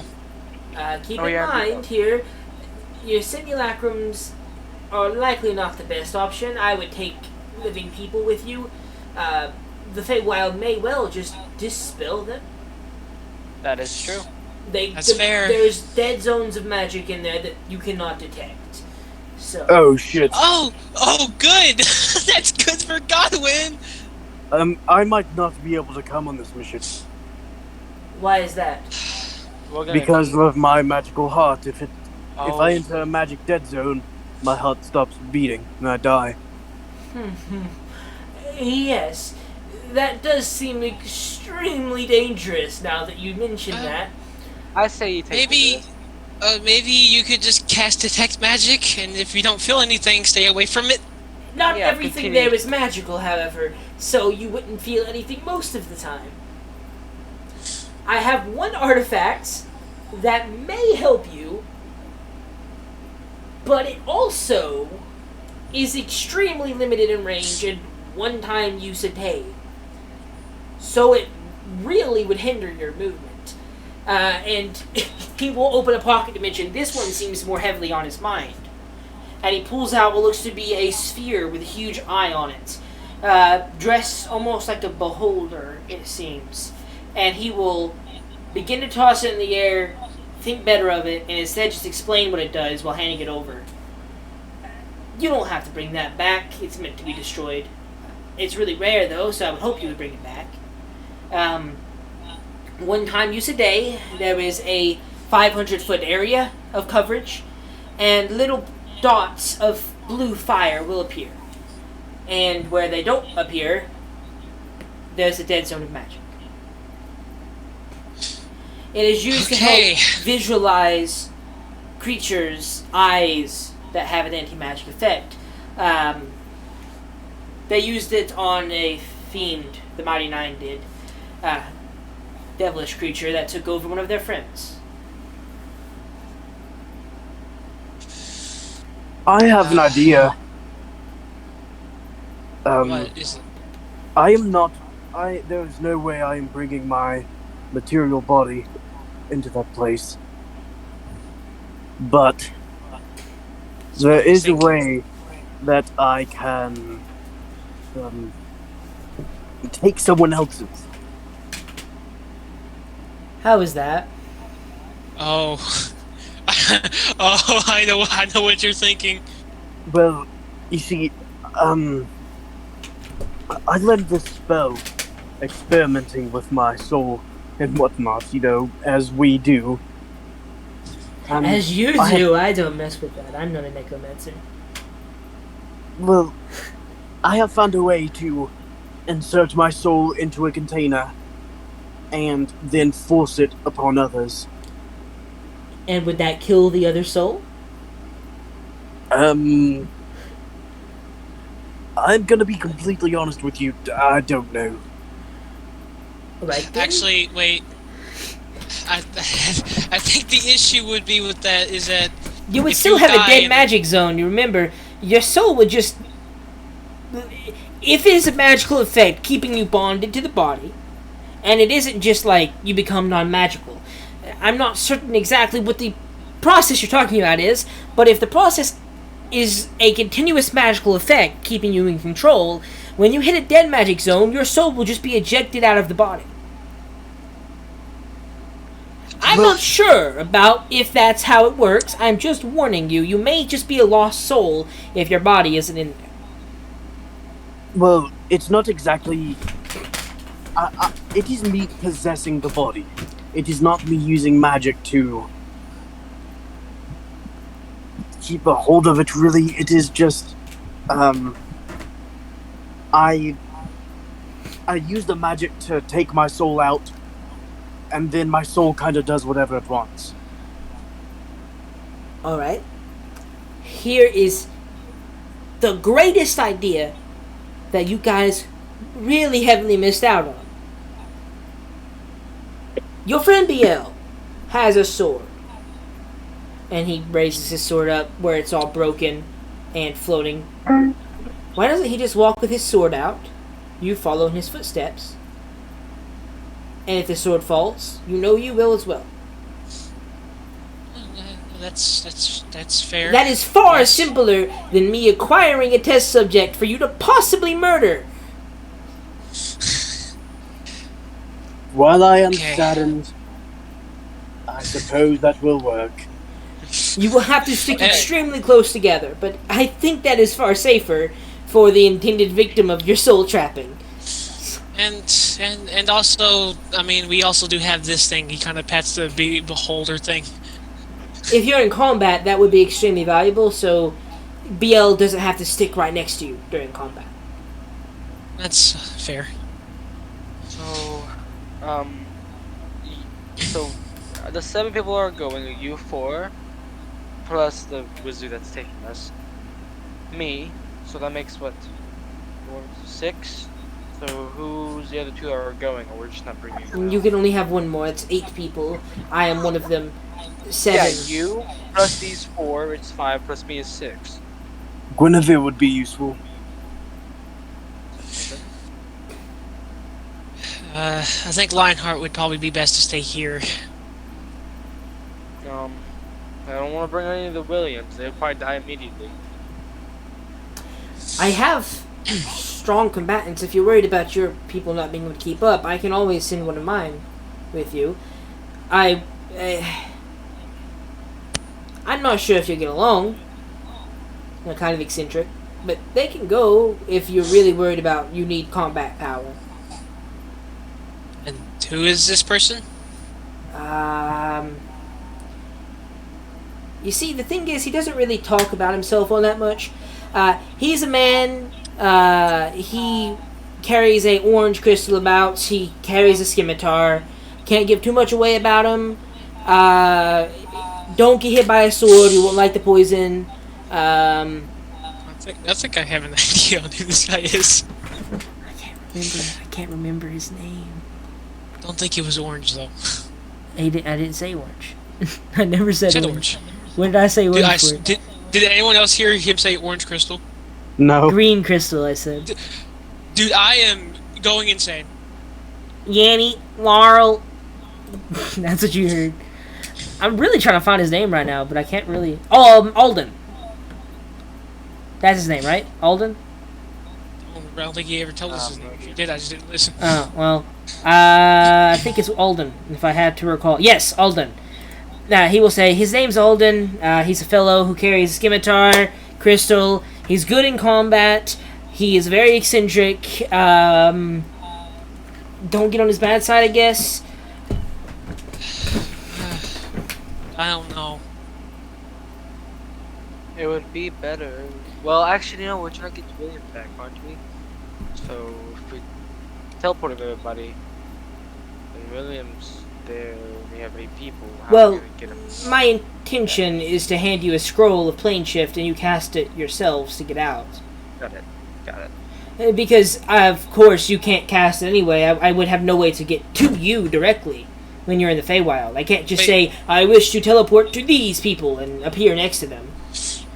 If you can give us a scroll, then Godwin can just scribe it like you did with sending. It'd be more expensive though. I don't think Godwin has the necessary arcane knowledge to cast this spell. Isn't it? Is plane shift 5th? What What level level is it? I thought it was 8th. I'm pretty sure it's 8 or 7. It might be. I don't know. I don't know magic. I only have 5th level spell Exactly. slots, unless we leveled up. Oh, that's the plane shifter subclass garbage. No, you didn't level up. 7th.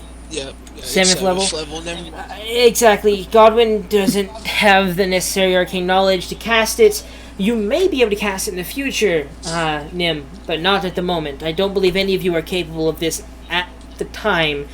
It is still a developing process for many of you. It might stress your bodies and minds too much. I could currently hand you a scroll, however. That scroll could be used as a one-time trip back. I can make it extremely simple to read and nearly guarantee a success. If you fail to cast plane shift, however, you will be stuck until you find another way home. There are portals back. They're rare, but they're possible to find. I could also give you a locator compass for those, but that would take a long time to create, and I don't think you want to wait 2 months. Okay, do you have 2 of those plane ships as a failsafe? I could scrap one, but it'll take me a day. That's fine. We can wait a day. It's just a day. It's just a day. All right. Wait a day. Keep in mind that is 10 for William. Well, we'll know if he's dead if one of these Williams vanish. I guess that is technically true. And he will gather some books. You can stay in city. You can stay in my thing here, my little tower. I could create a pocket dimension for you guys to talk in. I'm not sure, but I have to go start scribing if I'm going to finish this by tomorrow morning. Okay, I would kind of like to go shopping, but I don't want to go by myself, especially with this war going on. I'll come. I'll come with you. Girls' night out. Girls' night. Okay. All right. So where are you all heading in Rexingstrom? What are you particularly looking for? I want a spell tattoo. Can't get You this in. have no Take it idea where that would be. You have no clue Yeah. where that's going to happen. You know of that one guy. Can I go ask Astrid if she knows where I can get a spell tattoo? I mean, you could go ask Ashkin about that if you want. I'm gonna go ask Astrid.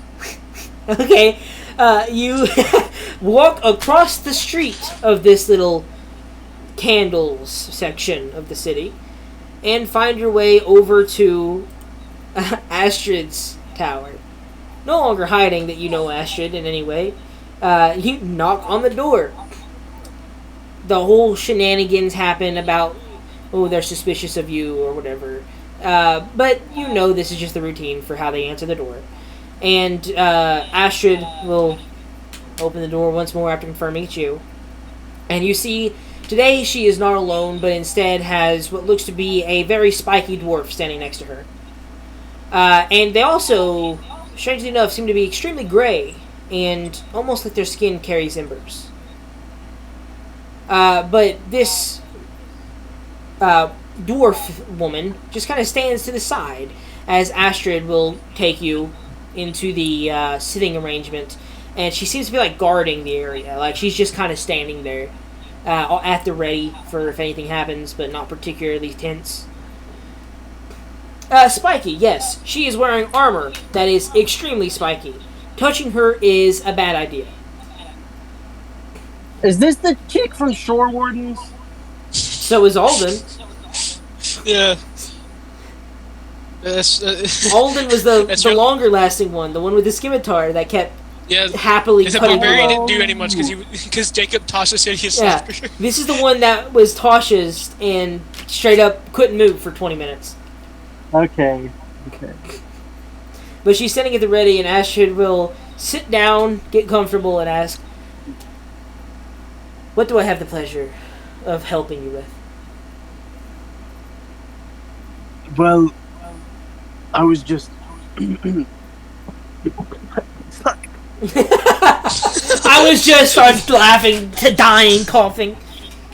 I was just in the area, and I thought I'd stop by and say hello, and you know that's a lie, because I don't like you enough to visit you like that.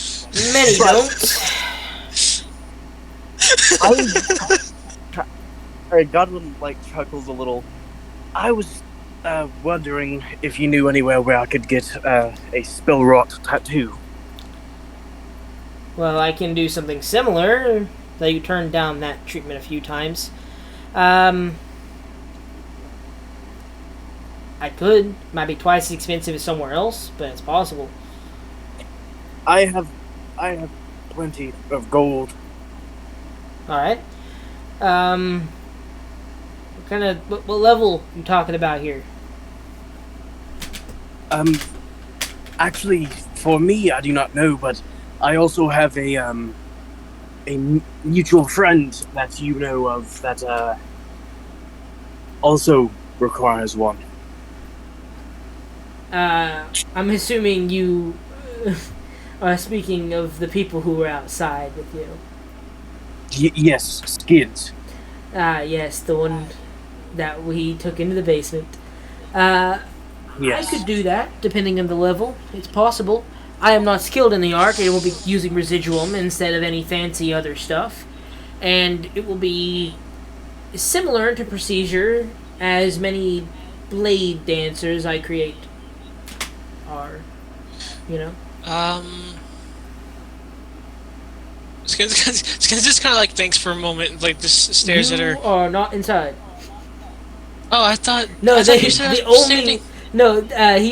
She was pointing out the door. Okay. Like she only let him in Got it. because she only Never knows mind. him.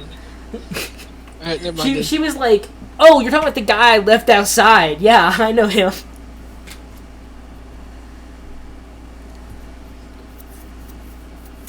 But yes, determine what levels you need, and depending on the time frame, I can do it.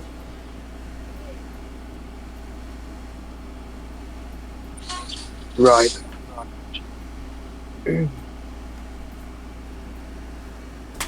I'm looking right now. So after you use a spell rot tattoo, it disappears. Yes. Same way a scroll does. However, there is no limitations on the spell tattoo the same way there are with spell scrolls. Instead of a scroll requiring you to have it in your spell list to be able to cast, it instead is double the cost. In this case, quadruple, because she said it would be double the regular cost anyway. So Okay. it is extremely expensive compared to a scroll in this society here, but it is still far easier because you can cast any spell you wish from any. Yeah, but you can have thing. and you can only have a maximum of 2. That's what you're if you're rolling, correct? Yeah, because I don't want you guys to have 100. Okay. If it's quadrupled, I think I'm good. Yeah, it gets extremely expensive to purchase So- spell rots because they are so easy to use.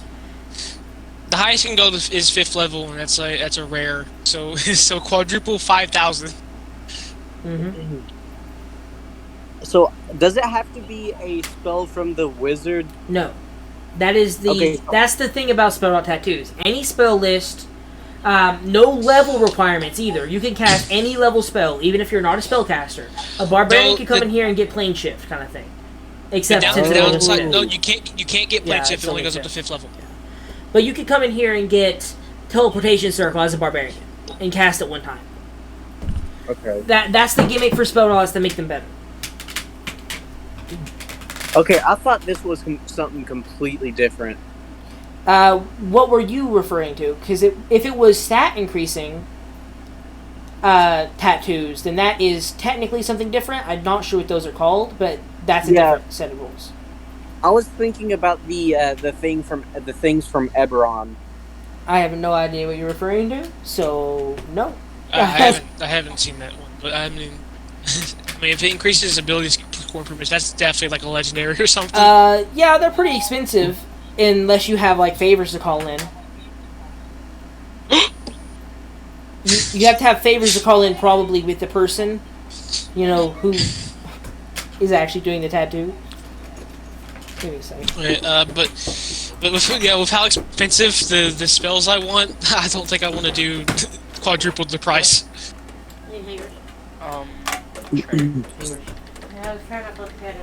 It's BRB right now. I'm gonna buy some reincarnation. My mother has yet again called upon Hey, me. listen. I didn't call upon you. I come to your room and open the fucking door, bitch. Oh, so you what? asking Look for at this. reincarnation A dust? whole stack of hanger.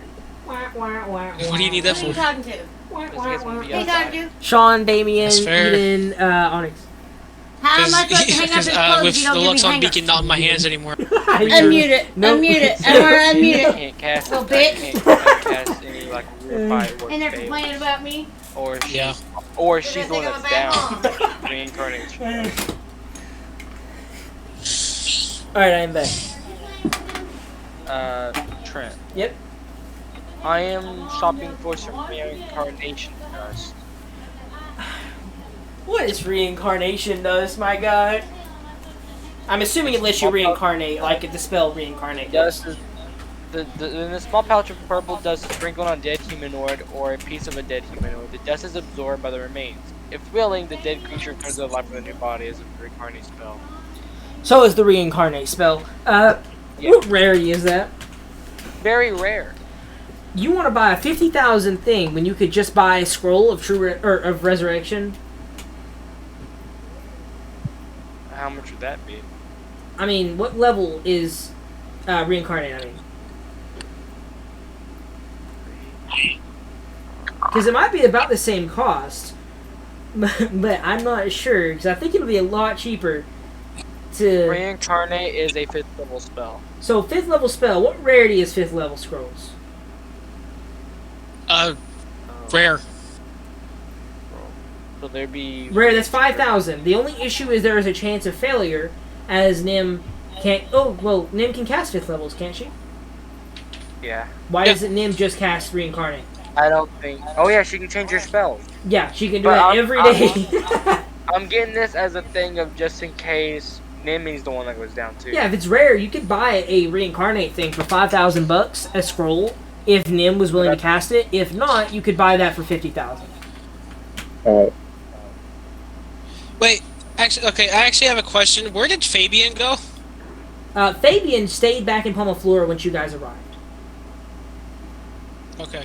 Fabian's my brother, right? Is that Yes, what Blake's Fabian character is Blake's character who no longer is Blake's character and stayed back in Pomoflora. Actually, I don't think Nim can cast that unless Twilight Domain gives that to or them. Reincarnates for sure a cleric spell. It's a druid spell only. Oh, okay, never mind. You have to buy that dust then, because there's no other way to use that spell. Yeah. I know. Alright, yeah, I'll charge you God dang it, 50,000 Fabian. for it though. God dang it, Fabian! Why didn't you come with us? Trent, I found what I was looking for. What were you looking for? They're called dragon marks. Never heard of them. Oh no, I know what those are. Yeah, they're just. It's like how like marked human and all that stuff. Magic item. I don't like those. Those are cringe. Nimi, you can't get this spell. If I'm thinking what you're thinking like shield human or something like that, No. then no, those are wrong again. What am I thinking of then? What do Okay, they do? it's the things like the mark of healing. It increases your wisdom by 1. Gives you when you make a wisdom medicine check, you can roll 1 intuition die, which is a D4, and add the number to the ability check and healing touch. As an action, you can draw power from your dragon mark to spend 1 of your hit dice to revitalize yourself or a creature you touch. It just gives you like little abilities. Okay, which one are you trying to get? I'm looking through them right now Okay. because there's a bunch of them. There's 1 sec.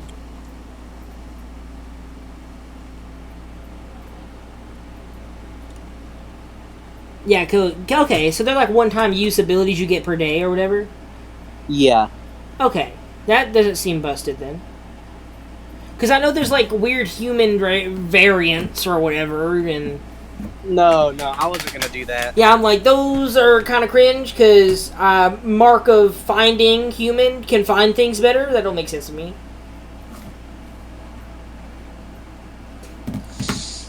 Okay, so reincarnation does. I don't know, man. It's a lot of money, but I can easily buy that. 50,000. And it also would help a lot just in case, because you guys reminded me of Godwin's predicament. Yeah, that is a way to get Godwin back. Godwin can, well, actually that's wrong. Godwin, if his heart stops, he can't be brought back at all, can he? No, because reincarnate No. is for a soul. Yes. Yes, but his soul will be devoured because he hasn't devoured his soul. Remember, his heart had the limitation that he had a fight with Vax over, where Vax said you have to devour souls to survive, and he said, I promise I won't. And they said, you'll die and you can't come back. And he said, yeah, okay. Godwin's playing Iron Man. Yeah, bro. I'm Mhm. Tony Stark up in this. That's not what he was referring to. And I guess I won't get that. No, it technically counts too because it's just it can go either way. Yeah, I might just send Gwen. I forgot his name.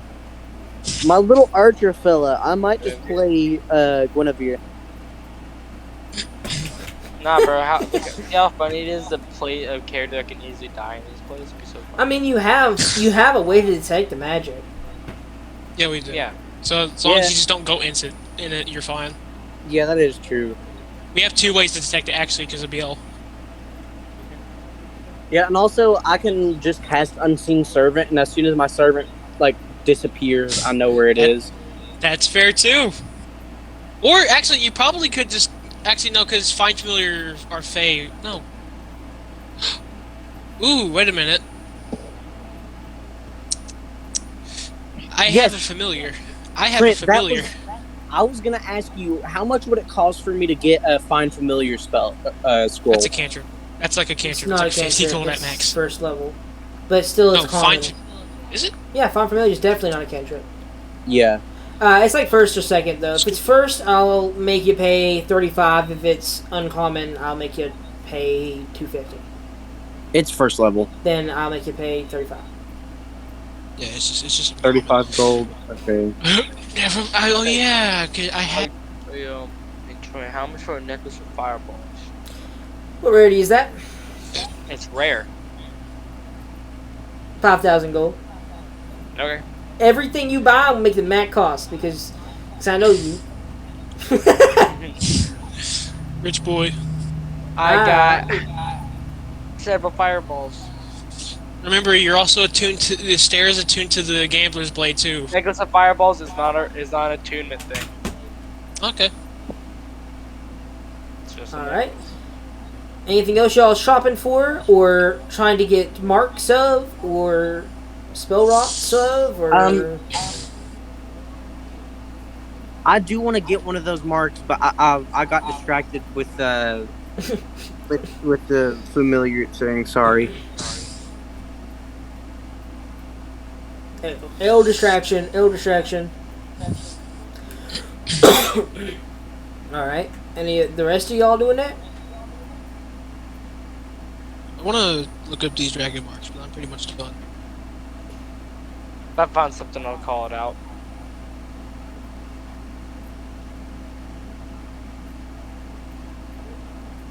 Man. What? Magnet rock. Magnet. So what are they called, Eden? Are they just called dragon marks? Yes. Yeah, they're called dragon marks. I'm gonna look up magnet rock.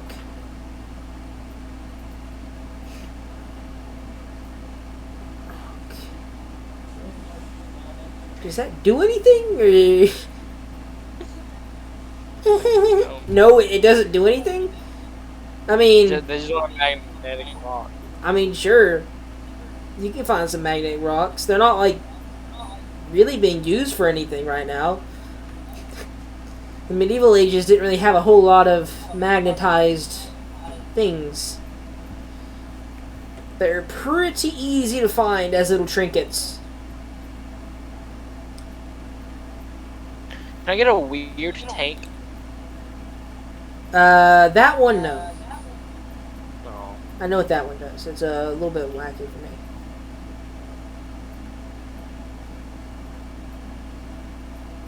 I mean, they probably are sold as magic rocks that attract metal, but pretty common ones.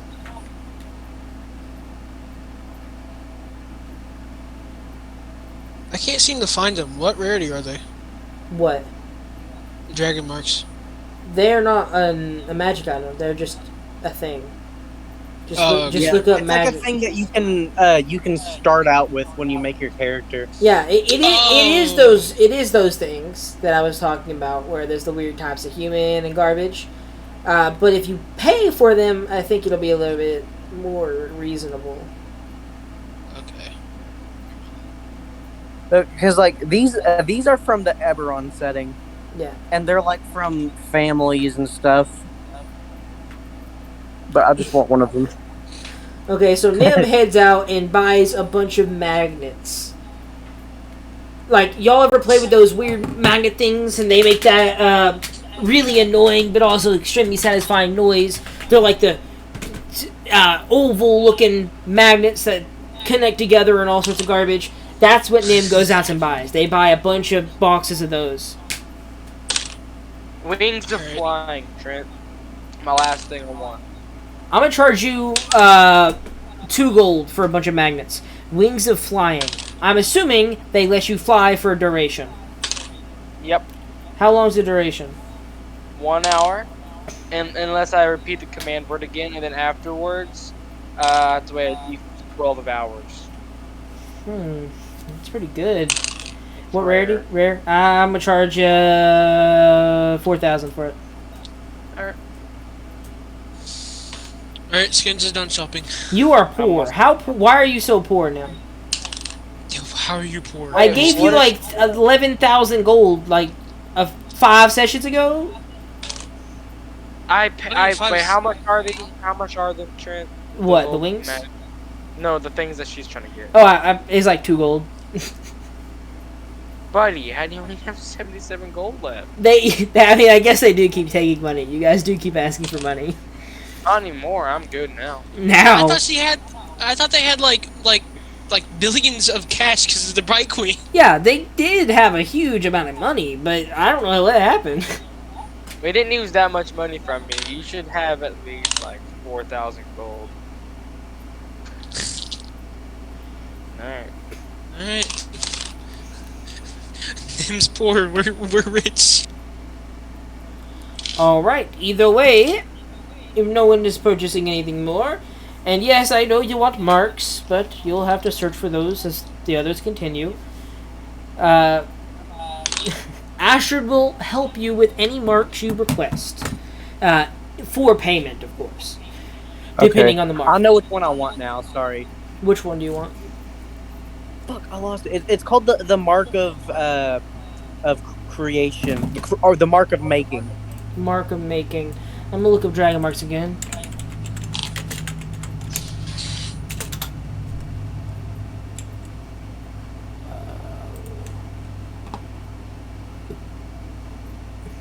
Mark of making.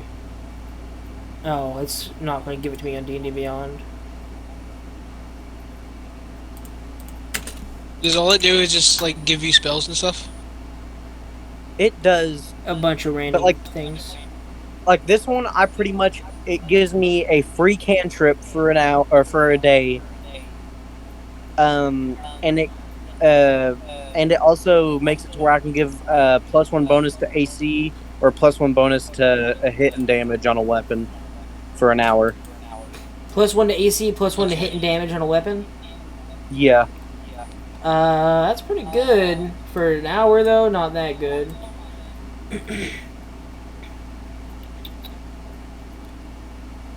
Wait, and what? It takes me 1 minute. This says that there's different levels of power, like least, lesser, greater. I do not know about that one.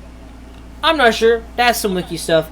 So basically, all the mark lets you do is for 1 hour, you can make one object either have 1 AC extra or 1 attack extra. And they also give you a free cantrip. And what's the cantrip? Mending? Yeah, mending. Alright, for that, I'm going to charge you... let's say 6,000. That seems like fair for having an extra piece of AC during important moments, or attack during those same moments. Okay. And I'm going to push my luck here. Is it possible for me to get more than one of these? I'm going to say no.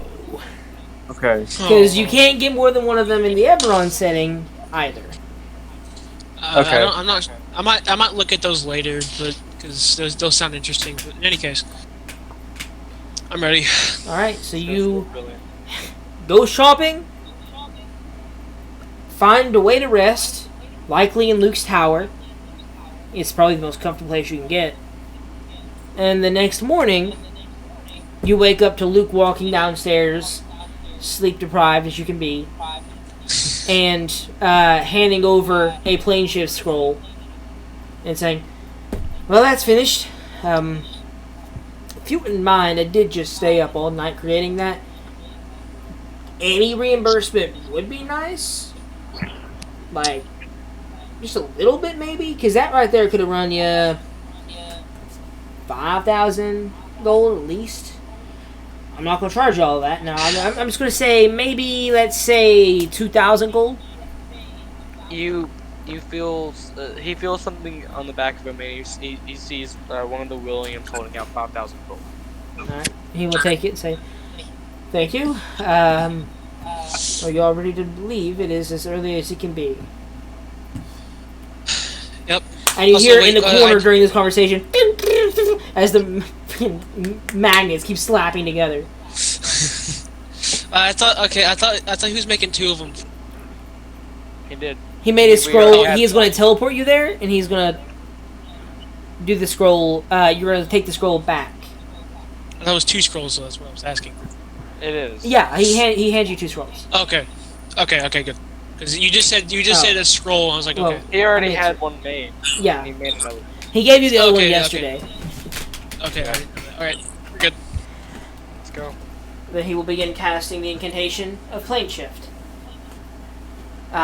You guys all feel reality warping, and it's a weird sensation as the enclosed room around you begins to fade out and a vibrant landscape refills the fixtures. When you see that you are now in an entirely new location, it is almost as if everything here is an illusion. Everything is just too odd, or too vibrant, or too something. Just too much. Slightly. For your non-Fey eyes to really be comfortable with. And senses in general. The wind itself even seems a little bit higher pitched than you may say it normally would be. In this type of environment. And what you see around you looks to be a swamp type area. Kind of. The swamp isn't on the ground. You're standing on a field. However, around you seems to be a floating stream, weaving and mixing through the air as if nothing is really controlling its shape, and it's doing whatever it wishes. There are bubbles, some the size of puddles, the other the size of lakes, small lakes, but still lakes. And above you lays what looks to be a colossal bubble of water that you could assume is the large lake, either the source or the final destination of this water. It is floating through the air with no worry about it, and so are the plant life. In each of these bubbles, you see kelp, you see moss, algae, you see fish swimming through these streams in the air. Some of them fall out and are immediately snatched up by the grass, which seems to start devouring it. The sun itself reflects through the water in such a way that it makes each of these puddles seem as if they're almost inky in portions, the light being blocked by a large fish in the larger lake above. This place is obviously dangerous. The grass itself is to small creatures, though it seems to be shying away from you as if you are the predator. The senses are vibrant, but in the distance is the sign of civilization that you were hoping to get, and that Luke teleported you close to. Over there is a elven village of no name that I can refer to. It's a hamlet that kind of just stays in the Feywild. It comes in and out sometimes, but usually is there. Kind of moves around. Didn't know this would be the place it's in, but heading over there, you might get clues. Anyway, I plan not to stay in the predatory grass section of the Feywild, and I'm going to be heading back to the material plane now. He casts the spell and disappears. Okay, actually, question: who went? All the player characters, obviously. Mm-hmm. And then, did we bring Guinevere or Lionheart? Gwen. Guinevere, and also Astaire. Yeah, okay. And that was the only people we brought. Count that real quick for me. There's 4 of you guys, 5 of you guys actually. 5, 6, 7, 8. You can't bring all of those people you just described. Give me Godwin, BL, Gins, Nimi, then my Gwyn. character's there, then Guinevere. And that's Then- 6. 6. You're the caster that just took us here. Yeah, it's 7. Okay, yeah, you're good actually. Okay, yeah, you're They're- fine. I don't think we brought an 8th. We didn't. Okay, you're good. As when Luke leaves, Skins hasn't said anything as his eyes are a bit wide. But as he speaks, you hear his voice go deep. By the 9, I tweak. And he just shakes his head. He's like, "What was that?" Okay, anyway. Just be happy. Let's get to that town. Quickly. As you begin to walk, following whatever his name is, Astier's lead toward the village, you note that the water kind of seems to react to you moving around it, almost as if the vibrations. Okay, I'll think about that later. But almost as the vibrations alert something that controls the water to your presence, and the water begins to float in like weird bendy motions towards you, like the stream itself is reworking its ways towards you. You hurry along. It's very slow and is likely only there to harass sleeping people, but you are fine. The water can't catch up to you. And you note that the water, as it begins to bend towards you, seems to gradually attract fish to the bend. Almost as if the fish recognize the bend leads to something living. Getting a closer look at these fish, look far more like piranha-like creatures than you're willing to admit. You eventually, in the 10-20 seconds it takes you to get over there, find your way over to the village. It takes you less than a few minutes to traverse the short distance between you and there, and eventually find yourself on the outside of a dome. And you see inside the hamlet people working about and doing all they can and living a happy life. And they don't seem to react to you in any way at all. You are outside of what feels like a smooth glass dome. When we reach the hamlet, Skins is gonna raise his hand and almost as if like it was like scripted. Suddenly, a raven appears out of thin air and just slowly starts falling down from the sky and then lands onto Skins' fingers. Okay, it's hopefully we can find William in here. Should we try to talk with William? We're in the same plane as him now. We could scry on him and see where he is. That'd probably give us some more clues. Or I could, literally talk to him with the That's what I was- stone just what I was- looking. That's fair. That's fair. Do that. Right. Will do. And Godwin is going to cast that spell. I don't know how long it takes. One sec. I'm a very disorganized wizard. Mm-hmm. Casting One second, Bubbas. Okay, it's one round. So yeah, I just cast it. So you cast Sending. What do you say? words. That's one. I say, William, we are in the Feywild. can you tell I'm counting on my fingers as I say this? Yeah. I got like, yeah. Be getting you soon. If you can tell us where you are. William. Hot, hot, hot, hot, hot. William, you will respond with these words. I'm not going to try and type it out and have you say it instead. He will respond, "Not to worry. Not The to danger worry. has passed. Danger has passed. It's been a long time. Just walking my Long daughter time. now. Just what I just say? Just walking my daughter now." My daughter now?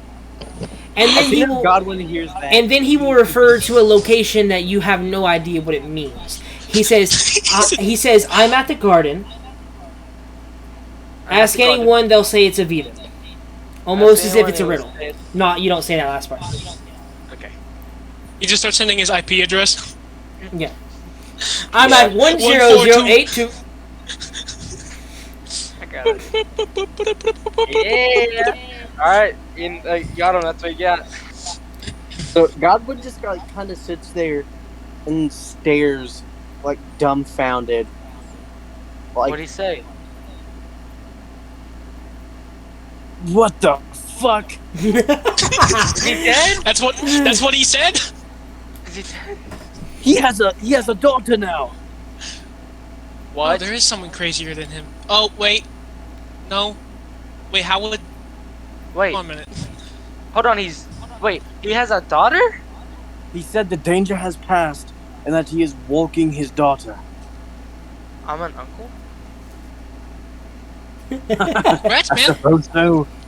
Congrats. I'm a dead uncle to a dead brother that has a dead daughter because he's dead.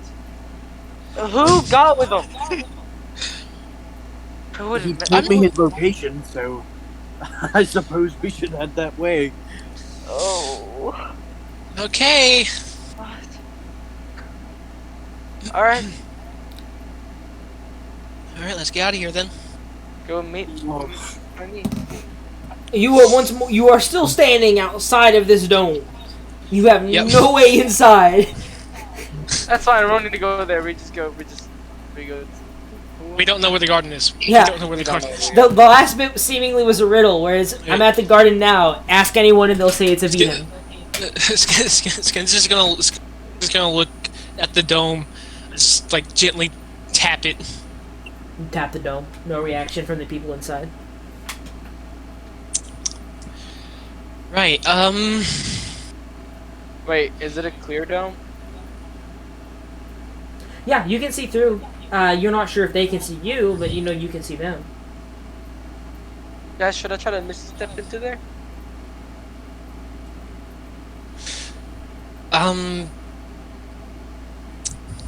I don't know if that's a good idea because you'd be by yourself.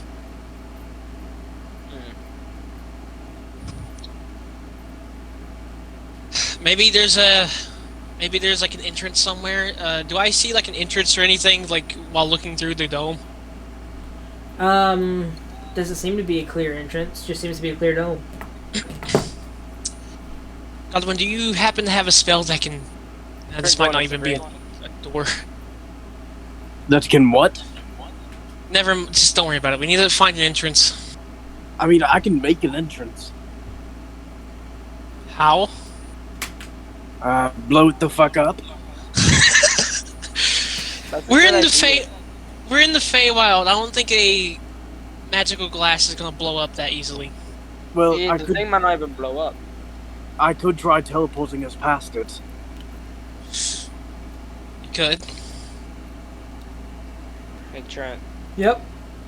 look at your Instagram. Don't say anything, just text back while they're talking. Actually, we should probably use that little beholder thing to make sure that that's not a magic dead zone in there. Yeah, I heard Trent say "yep" with a smile. So I have no idea what that's in reference to. I don't know if I said that or not, but probably. yeah, guys, just so you know, if Godwin dies, I'm gonna go kill Trent in real life. Okay. All right. You know what? We'll test it. Okay. The stair. You can Yeah? come back, right? You can come back to this side, correct? I just found out on the map, but I don't want to make sure I die. You won't die, probably. You'll be What if I fine. do? You'll be fine. I promise. I mean, it's a I've already Hamlet. No one's died gonna... once. I don't want to die Hey, again. Look, you can speak Elvish, right? If people try to attack you, you can speak Elvish. You're half elf.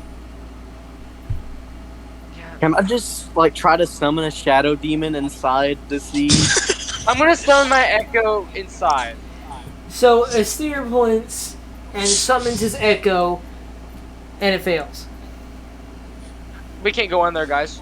Ooh, okay, Nope. bullet dodge. We don't go in there. We do not go in there. And wait, so inside the dome, is that where William is? No. We don't know. As far as you, well, to be honest, it's impossible to tell from that weird description he gave. But you were told by Luke that this is just a elvish village that he knew about that probably has information on where a strange human came in or half elf came in. Can we do that thaumaturgy thing and yell at them? I can try. Actually, No, no. I don't want to attract some random stuff. Yeah, start screeching. The forest will attack you for sure. Yeah, they didn't hear the knock. I doubt they're gonna hear the thaumaturgy. Alright. Right, Skins is gonna look at the dome. It's like, open sesame. So you knock on it and That's say all I open can- sesame? That's all I can do. Okay, I am going to start yelling in Elvish for them to let us in. You start yelling in Elvish, and you get a kid's attention. You don't get an adult's attention. The adults just don't seem to care. But a kid turns his head toward that direction and looks at you guys a little bit confused. This kid is an elf. You know they're an elf by just their elvish features. Extremely thin and slender, and extremely tall as well for being so young. And you know they're young because they're not what a human would look like when they're done maturing, and elves still do that at the regular rate. They look relatively young, no more than 6 or 7 years of age. Her eyes are a deep blue, to the point where you fear that any darker and it might just be black and she could go blind. And her outfit and her hair match the exact same vibrant green of the grass that you've been walking through. She walks up to the glass dome, as far as you know, and just kind of points at you guys. And then puts her hand back down and just is looking at what you're doing next. Almost as if she's interested in you guys, like what you're doing, but almost like an animal more than a person. So Right. Godwin's gonna like look at Skins, kind of confused, and clear his throat, and in very like rusty Elvish, he's going to say, "Little girl, can you let us in? We need help." You and Nim both say basically the same phrase in Elvish. Hers is a lot clearer than yours. But either way, you assume that both of them kind of get across the point. To which the little girl will walk up to the glass dome and put her hand on it. And you see she reaches into her pocket and seemingly takes out a carrot and tries to stick it through the dome like a few times. And looks down at the carrot and just starts eating it herself. And she just shakes her head no. Could you get an adult? Skins says in like Elvish. It's a lot more verbal. Not. It's a lot less rusty than Godwin's. She'll respond Almost. It's kind of on. in kinda on a par with, typical child's way. Why should I? Give me a reason.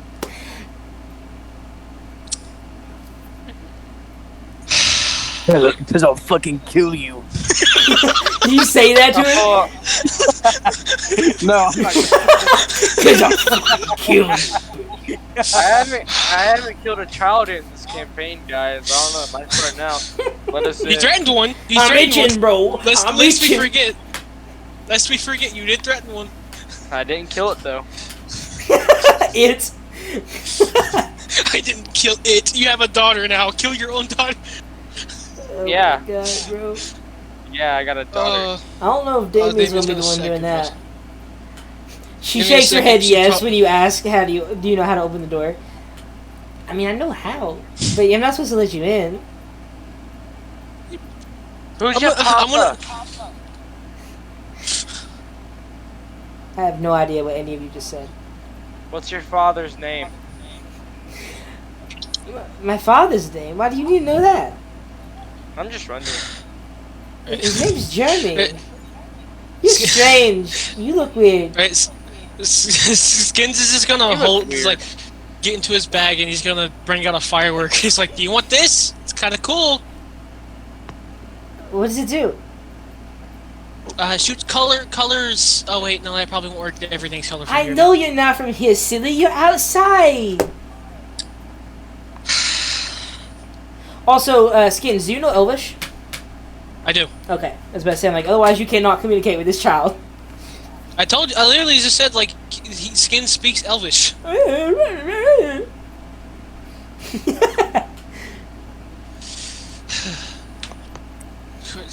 Of course, we just had to get a. He's speaking this in common. Of course, we had to get a kid to notice us. All right. Yeah, you see, I can't let you in though. You're outside. That means you're gone. You can't come in. Inside check. I'm gonna inside check this child. Okay, roll an inside check. I'm Alright, over could you- this kid. All right. Could you at least get in the door? We just have to ask a question. She like squints her eyes at you. You can't look for a friend if you aren't from here. We don't talk to people outside. And you're gone. You're outside. You can't come in 18. anymore. You're from the outside. You had gone. My dad would be mad if I waste my time bringing him over here for you. Great. 18 for inside. No one from the outside gets in, and I don't know what are you trying to figure out with this inside check? Just basically like no one like if she's lying about no one can get in after after you leave. I mean, she's not lying. She doesn't seem to be wishing to go outside or anything. Like, it's not like she's afraid of you because you're beyond the dome. But she also doesn't recognize you as people because you're beyond the dome. Like, she's treating you as if you're caged apes talking to her, kind of thing. And she's, like, playing with a dog by talking back. She's amusing you more than actually having a conversation with any sentient being. Alright. Okay. Is there a part of the dome where there's like a couple of adults like nearby where they can hear a knock? Yes, you could do that. You could just go to the top of the dome and start banging on it. No, I'm saying like around the land part. Like, is there like any adults near the dome anyway? There's some that could be considered near the dome, but they're not close enough where it'd be easy. Like, you would have to actually make a ruckus to get their attention. Same way you did with the girl by starting shouting. Yeah, I know why I'm inside, because this is safe and that's not. You're gone. This is good. I'm feeling like I'm about to use my Vizier card and get in here. You know, I'm gonna just risk it, and hopefully someone notices in there. Skins like starts clearing his throat, and he will cast thaumaturgy. And it's like, and we'll speak in Elvish. It's like, hey, if anyone can hear me, can you open the dome, please? If you, as you like patrol the perimeter and begin to shout out a little bit, you know, like 2 areas where your thaumaturgy just drops suddenly. I want you to make an intelligence check as you walk around the dome to determine both exactly the areas and what that might mean. Also a persuasion check to try and see if you can get any attention of the adults. Oh great, the 2 fucking skills Intelligence he sucks at. Should have had William. Shouldn't have lost William. He's the guy who's good at those things. Alright, intelligence check. 10. Just average. I don't know any William crawfish. No. Crawfish are what you eat, Check. silly. You say persuasion? Oh! Yeah. Surprisingly, he's okay at that. So 10 intelligence, you have no idea what that may mean. You just know that your spell did drop off at basically random as you patrolled, and you recast it, and it works again. What was the persuasion? 9 plus 8. On persuasion? 17. 17. You get attention of a few adults, but they just kind of look at you. One of them chuckles slightly and like rolls his eyes and goes back to a field that he's like picking grass out of, or what looks like carrots. they don't. It seems to you that the only way you're going to persuade them to let you in is if you have the power to already go in. They don't want you in because they fear for their safety. It seems from what the child's telling you. And the children and the adults likely don't treat you like humans because you don't know if they are when you're outside the dome.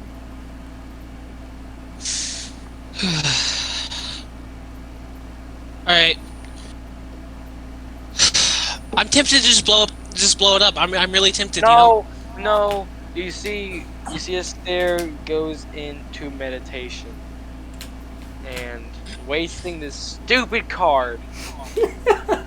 Will ask, how the fuck do I get inside this dome? The only ways to get inside the dome are to find the cracks, the doors, cracks or whatever. Other than finding the cracks, the only other option is to convince someone to let you in, or you can teleport into the dome, but you cannot get out once you're inside. I will tell that to everybody. Basically, when you're in the So- inside, the anti-magic is a one-way effect. You can get inside because you cast it on the outside. That's not how it normally works, but in this case, for some reason, it is. But you can't teleport back out because, once again, it's an anti-magic field on the inside. Find a crack or convince them to let you in. I don't think William's in here, guys. Well, we need to ask questions. Go ask those adults you saw. The adults Wait a minute, ignore why them. didn't you just use the card to just... Huh? Damn it! Why didn't you just use the card to find me? It's William! Astaire looking like, oh, there he is. God damn it. Oh my, dude, that's so funny. I didn't realize that until you literally just said that, Sean. Dude, He really did not have to get in this dome. He could have just asked, No. "Where's William?" Dude, I honestly, whenever I saw I had a vision card, I was like, should I ask where William is? Nah, I'm just gonna screw that up some way. I'll just ask how to get inside. He's in the Feywild. Yeah, you're gonna be like, oh, he's in the Feywild somewhere, taking his It daughter doesn't. No, somewhere. no, you Like, have oh no. my It God. no, you can't. You can't do that because it has to be honest. Yeah. It's not a wish spell. Has to be full correct. I didn't think of that exactly. I was like, Trent always screws up everything we tried doing, so I'm just gonna ask how to get inside the dome. All right, Godwin, just stay here because when I was walking around, some of my thaumaturgy wasn't working too well. Astaire, how good are you? How good are you at finding small cracks? I'll give him a little investigation. What was that? Don't look I'm at his pretty average investigation. at it. All right, Nim, what about you? She turns back to the girl and asks if she could point them to the garden. The girl will nod her head. I mean, yeah, but why would you want to go there? It's so boring there. We like gardens. The girl's so mean, though. Go ahead and just let her know, though. Okay, Who's this girl? I'll tell you. I'll tell you where the garden is if you. What can you do? We're gonna have to do a performance act. Wait, no. This place is magical. Why would they care about magic? Your friend's in the garden. Your friend's mean. Oh, that girl's mean. What's she look like? I mean, she's like me, except her eyes are like stars. She doesn't wear the same clothes either. She wears more rainbow stuff. But she's mean, so I wouldn't talk to her if I were you. You know what? I'm just gonna look around for There's tracks. no he there. It's just a girl. I don't know what you're talking about. He. Trent, I want to look for like tracks, like just half elf tribes. Okay, Yeah, you can determine the race by the tracks now. But you start Okay, looking. no, because I have two favorite foes. It's not half elves, but it's humans and elves. So Nope. how it works. Well, could I at least look for tracks without advantage? Yeah, you can look for tracks. Okay. What are you trying to find? Are you trying to find any steps that lead out to where the garden might be or something? Yes. Okay. So you're searching to try and find the garden using the tracks. That's an 18 plus. What is it? Plus 6. Alright. It's a 20 something. You look for some tracks and you find a good few. I'm not sure if you should follow them, but you find like 3 or 4 sets of footsteps and tracks. One of them looks heavier, like someone was wearing armor when they walked, like heavier armor. One of them looks lighter, like they're wearing no armor at all, maybe even carrying a staff, as there's some indentation. And the last one looks as if someone was dragging the tip of a blade next to them as they walked. And they weren't really wearing that heavy of armor.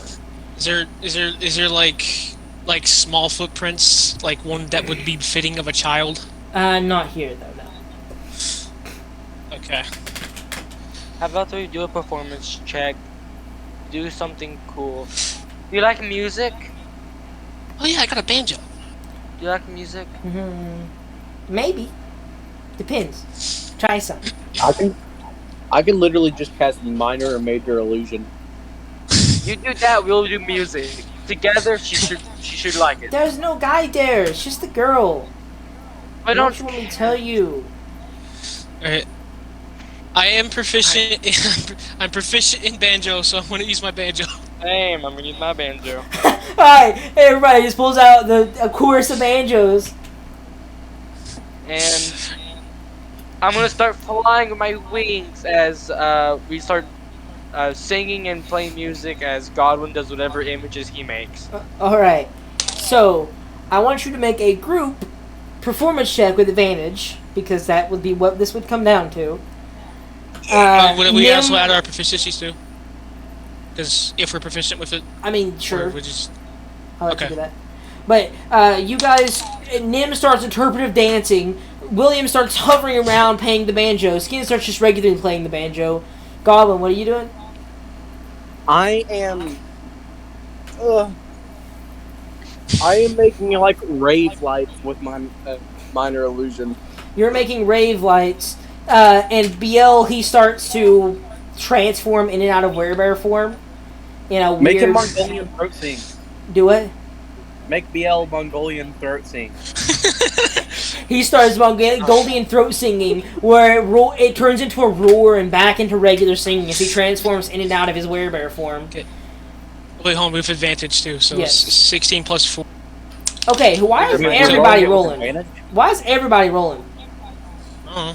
I said for one of y'all to roll with advantage. Now, I got 3 dice on the screen and that 20 in the chat. Decide amongst yourselves who gonna roll this dice. Do you guys want these dice? Look at this one. Hey, you I'm can't do not that. doing it. You can't do that. You gotta roll again because y'all roll it separately. Damien, roll D3, and we'll whoever. Whoever- D4 because I'll be- you also have onyxes. Yep, I'll be 1, Sean be 2. Do it. Gotta be in it. You also rolled, bro. I'll be 1, Sean will be 2, Ian will be 3, honest. 2, Sean. Alright, I had a dirty 20. Okay, dirty 20. You guys start sporadically singing and dancing to fulfill the request of what can you do. She looks kind of unimpressed and gets more so as you guys continue. While you understand this is an extremely good performance, there might be something about their mindset that would change that for them. But she just kind of looks at that and goes bored and says, "No, that was so boring. Those are so unfun. Why? Do something else. Because I'm not going to tell you where garden is if you're not even cool. What do you want us to do? I don't know. What can you do? I don't even know what you are. Magical people. Everybody's magical people. Everybody.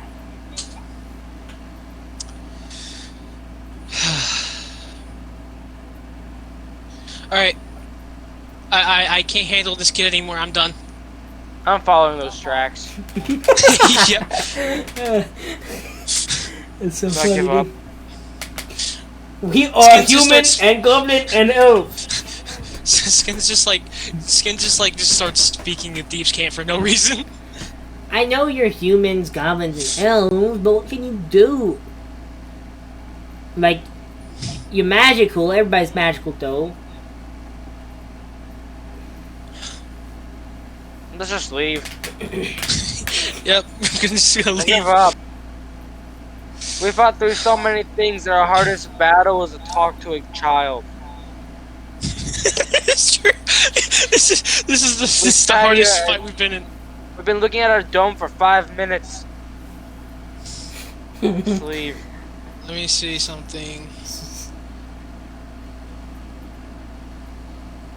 Wait, this isn't all my spells. Chess. I know what that is. You mean dragon chess?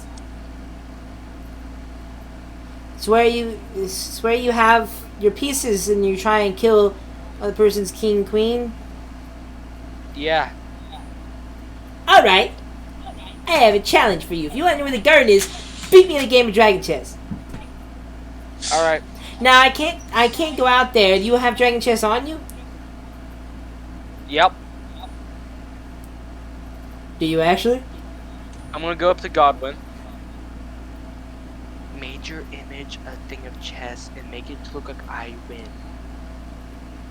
Can you change the illusion once it begins with that spell? Major illusion? Hopefully. You can all make illusion ones. However, can that be a functional game of chess? Because she Well, just look up- challenged you to a game of chess. I'll look up major. If you win, I'll tell you where the garden is. This god wouldn't even have major illusion. I thought he Well, did. They have minor illusion. I thought he said he cast major image.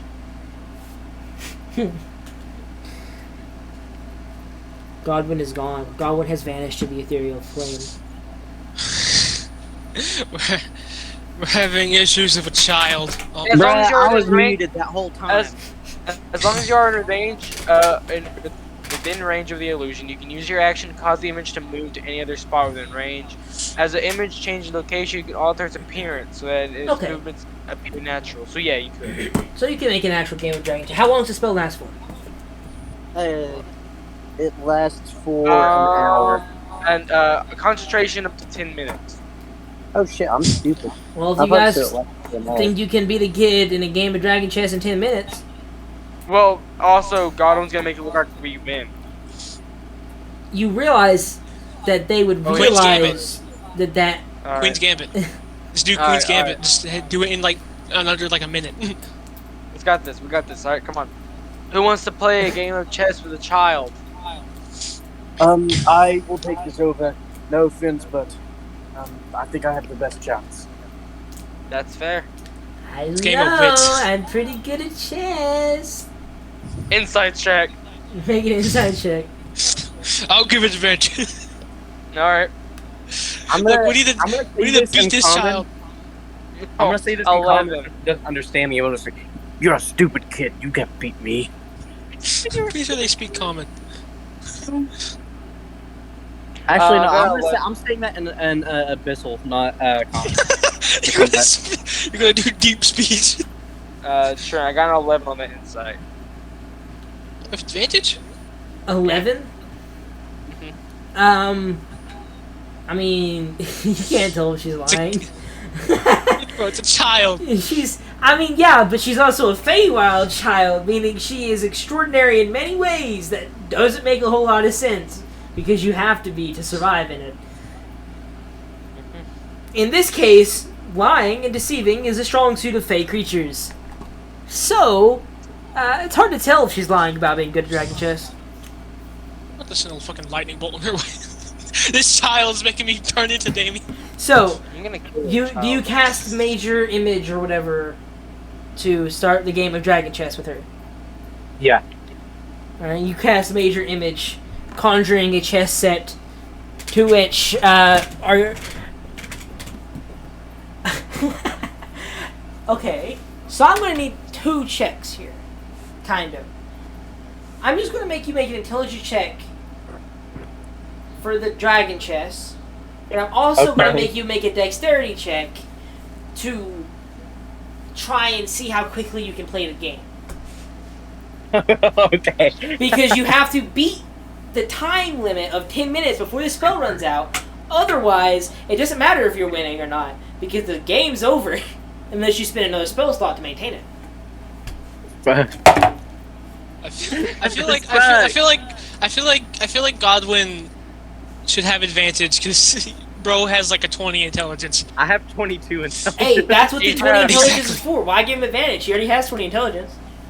22 intelligence. Still, he has 22. That's good. That's what you get. You know? At least you're not. Oh, and that's only on our con.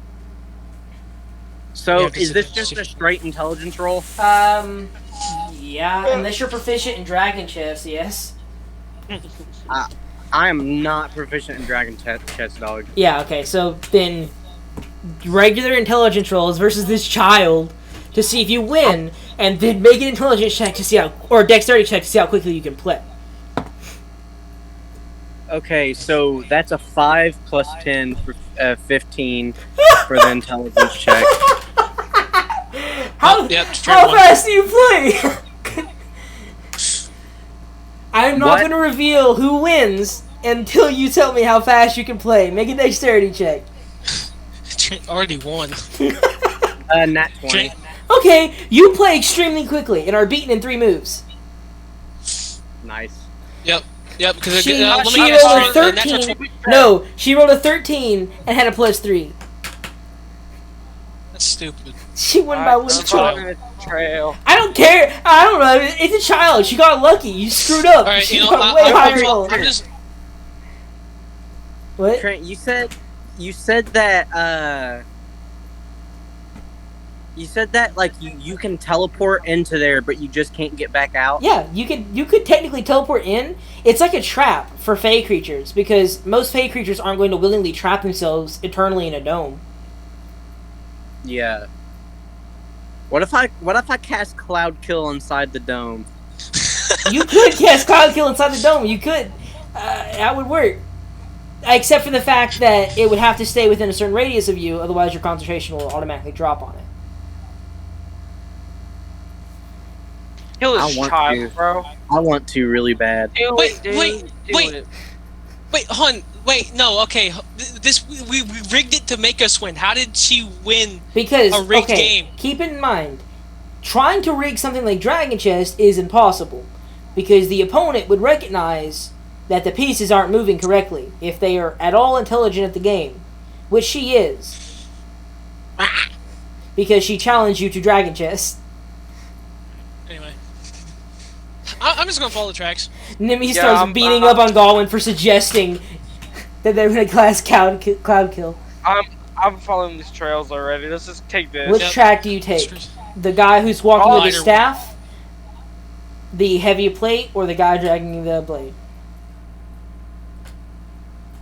Well, he doesn't have a staff and he's not heavily armored. He does have a sword, so I say we follow the one with the blade. Yep, let's do that. Alright, you begin to follow those. Defeated And by a fucking child. But leaving the that's- child that- behind. That's how bad the fate of you. Yeah, you got beat by a child. You fought Aeorian hunters. Could not be a child at Skins kills chess. himself right now. Skins kills himself right now. The child Hey, looks Godwin, smug as you I'm walk about to kill away. the kid. Godwin, could you like scry on William? Yeah, I can. Please do that. Help us a lot better, more. Okay, Okay. so you go and you like meet where the tracks are and begin casting scry as the kid looks smugly in your direction and starts like pointing and laughing at you as you guys begin to cast spells I need to before. roll something for William. What do you mean? Oh yeah, wisdom save? Yeah. Yeah, make a wisdom save. Let me see my wisdom. Eventually she gets bored of the 10-minute wait to have you cast a spell and will wander off. Damien does have a negative because Godwin knows William. It's a straight up Yeah. 2. Oh, It never mind, doesn't you lose. matter. Yeah. Yeah, it's negative territory right there. Yeah, I'm in negative numbers, so I'm good. Yeah, you have like a negative 10 on that roll. It's a negative 2. Yeah. So you cast Negative scry on William. Negative 8. Your eyes shoot across the Feywild, and you can see what looks to be William, about the same age you last saw him, No difference in that, it seems. But he mentally seems far calmer. And you can tell that because he isn't fidgeting, he isn't taking a sword in and out. His lightning is even slower on his arm.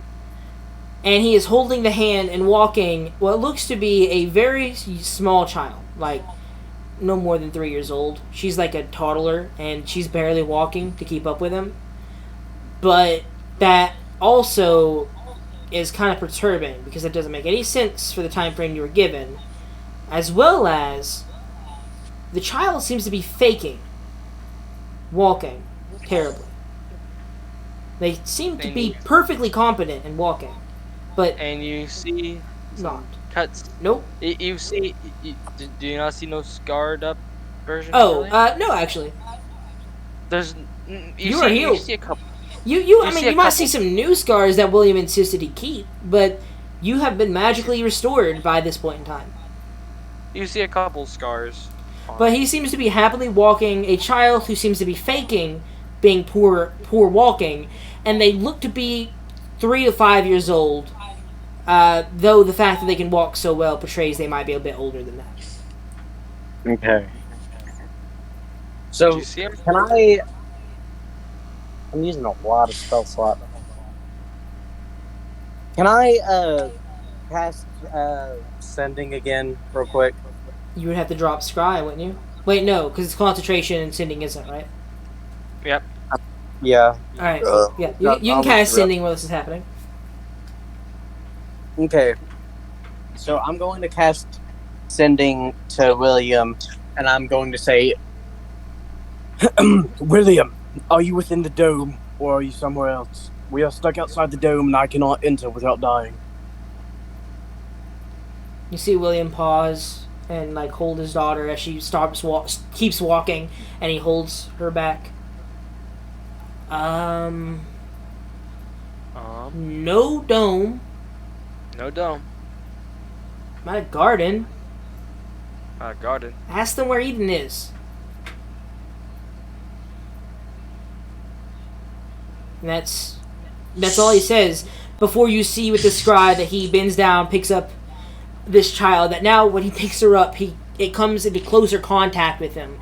And the thing about scrying is it focuses on the person and basic surroundings. You could not sense what's around him more than a few inches, realistically. At least well, with any perceptive gaze. However, with how close this child is, that now rests its head on his shoulder and seemingly begins to try and fall asleep as William just begins to stroll through the garden again after responding, seemingly not getting any glimpse that you're watching him for any particular reason. You can see her eyes. Her eyes look like the starry night. They look far deeper than eyes should. They look as if the eyes are portals into an infinite expanse of space. And they look as if there is like galactic colors in it. Like if you look up at the Milky Way galaxy from our own Earth, you'll see the beautiful streak of stars. And in the middle of each eye looks to be something that absorbs all light, like a black hole for each pupil. And the regular whites of her eyes still exist, though they still have speckled stars throughout. Her hair is seemingly a strange mix between brown and many other colors, as William's hair seems to have passed on, but there also seems to be like streaks or patches where the color should be different if Williams wasn't overriding it, kind of thing, his heritage.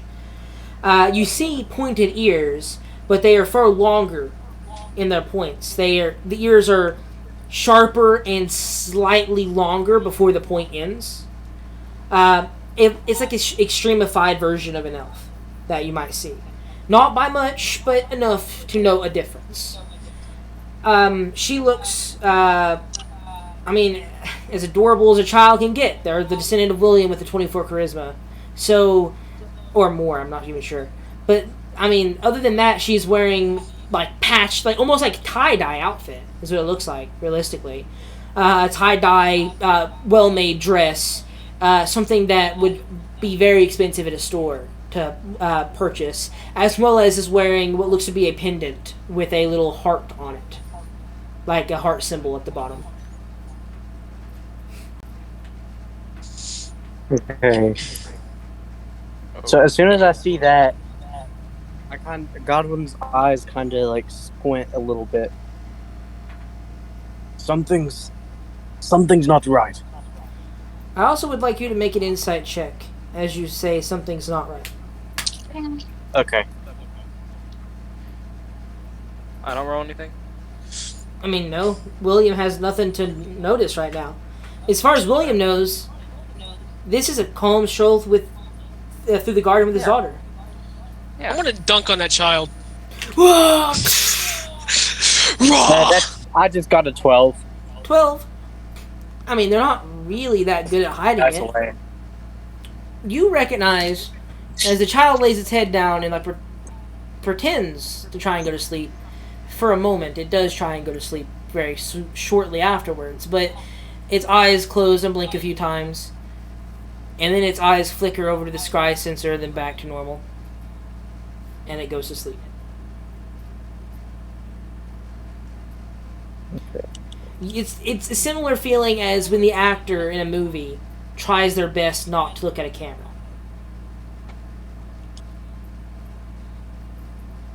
Alright. So Godwin looks at Skins. I think. I'm not sure, but I have a hunch that child might be the cloaked figure that I saw before. But I do know one thing for sure, is that's not a regular child. I heard that girl mention something about the woman in the garden with the starry eyes. That child had the starry eyes that she described. And while I was scrying on them, she fixated her eyes onto my scrying sensor. She tried to pretend, but I just barely caught it. That's a bit concerning. But with no help from that big dome place, we don't have any direction. So the best thing we could do is just track what I think is gonna, who I think could be William, even though there's 3 tracks around.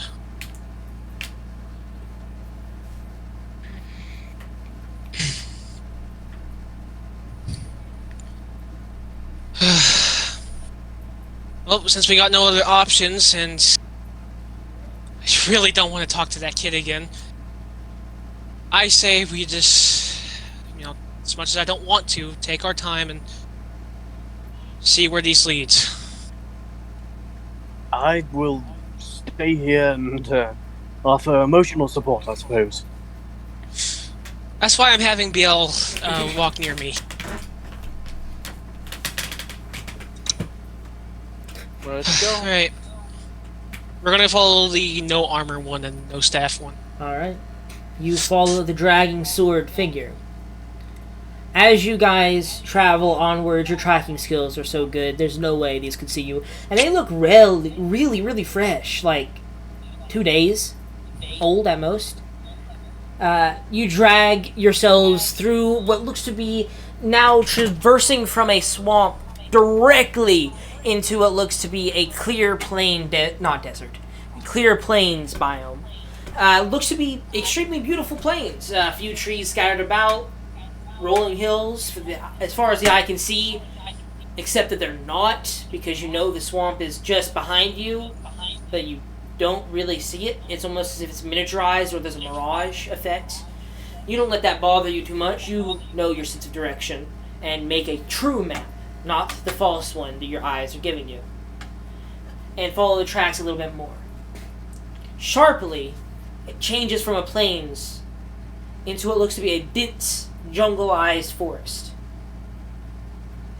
Not too far away, you see a clearing where the tracks end and seemingly go into it and around a bend where it's hidden from view slightly. There's a set of trees blocking it. Not particularly suspicious. That looks like it could be natural. Why would someone walk in and jump so fervently to the left if not some trap was ahead? Your passive insight lets you know that maybe there's danger looking just a few steps ahead, but also there could be danger looking to the left, because there could be a person there.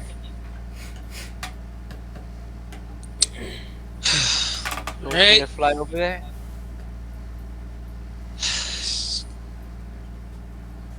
I'll stay back here. Just be careful, okay? Nimi's going too, I guess. Alright, Nim is going to start walking forward and to the left. I'm flying forward to the left, right Alright. above her. Well, not right above her. I'm gonna be like side of her. Actually, okay, you know what? Okay, before they, where I'm gonna cast Find Trap Find with a traps. spell scroll. With a spell scroll. Okay. You pull out, cast find traps. The scroll burns in your hands. You don't detect a trap.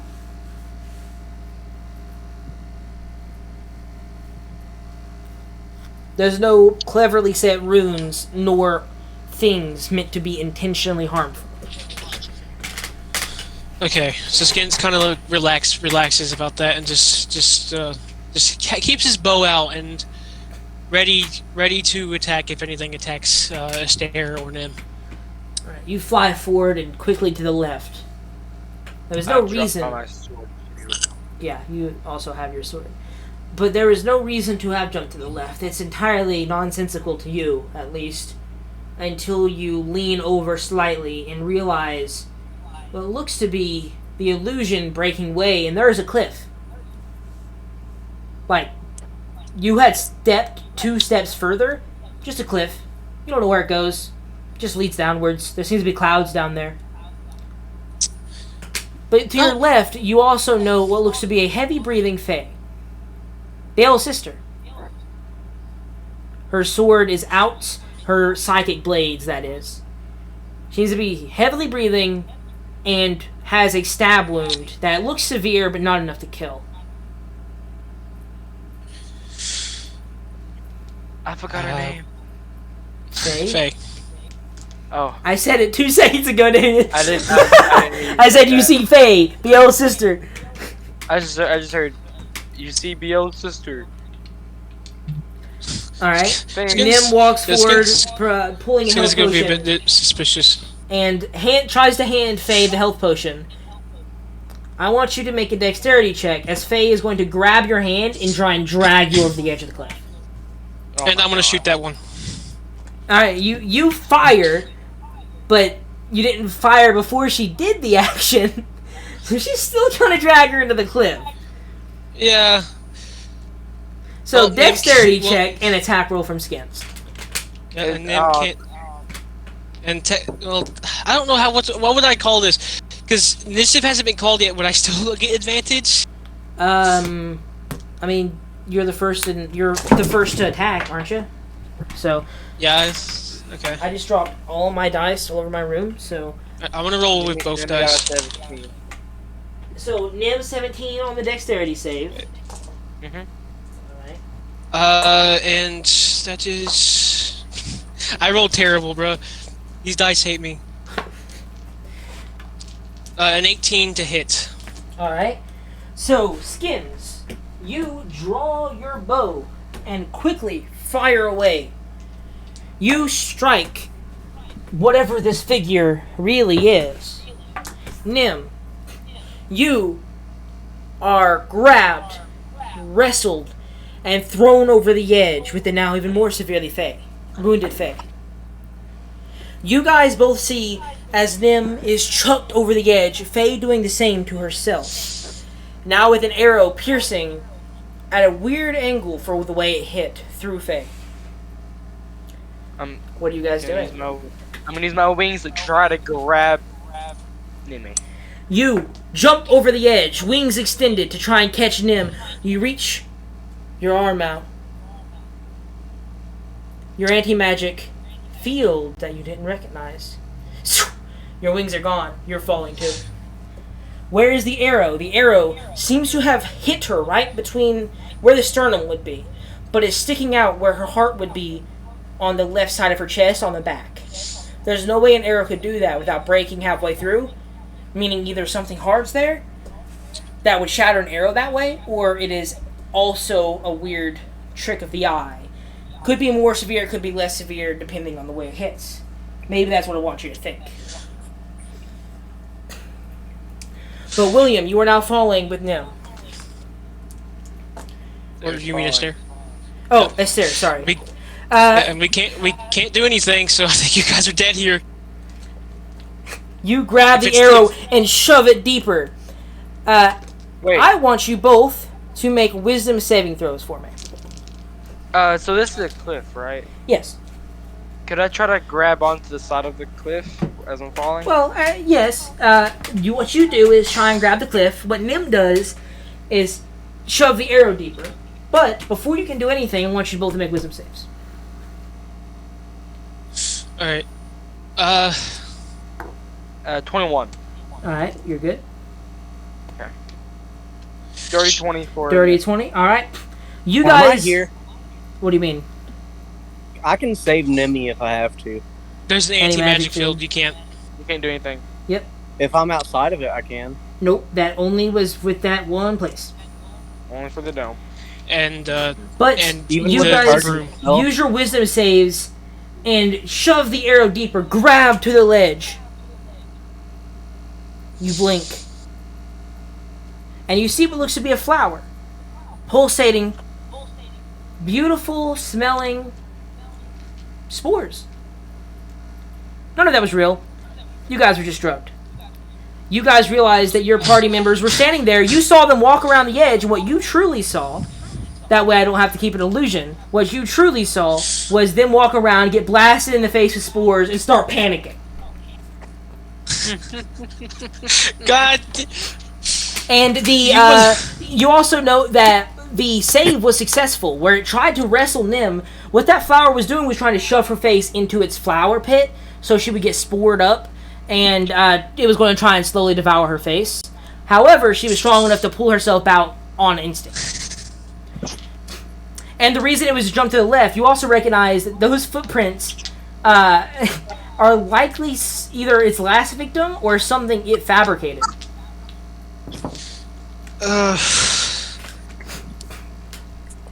Let's head back. Not this pathway.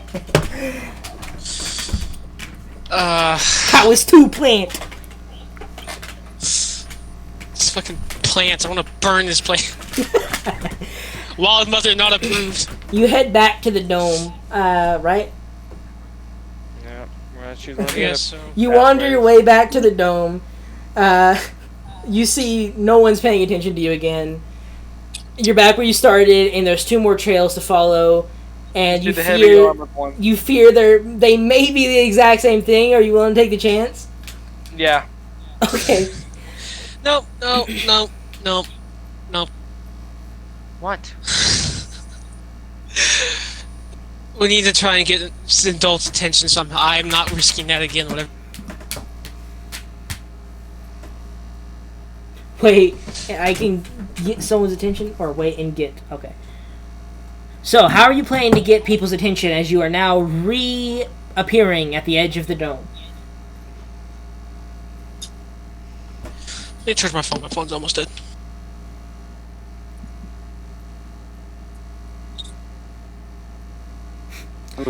My phone's almost dead. Yep. Turns on, shows dogs.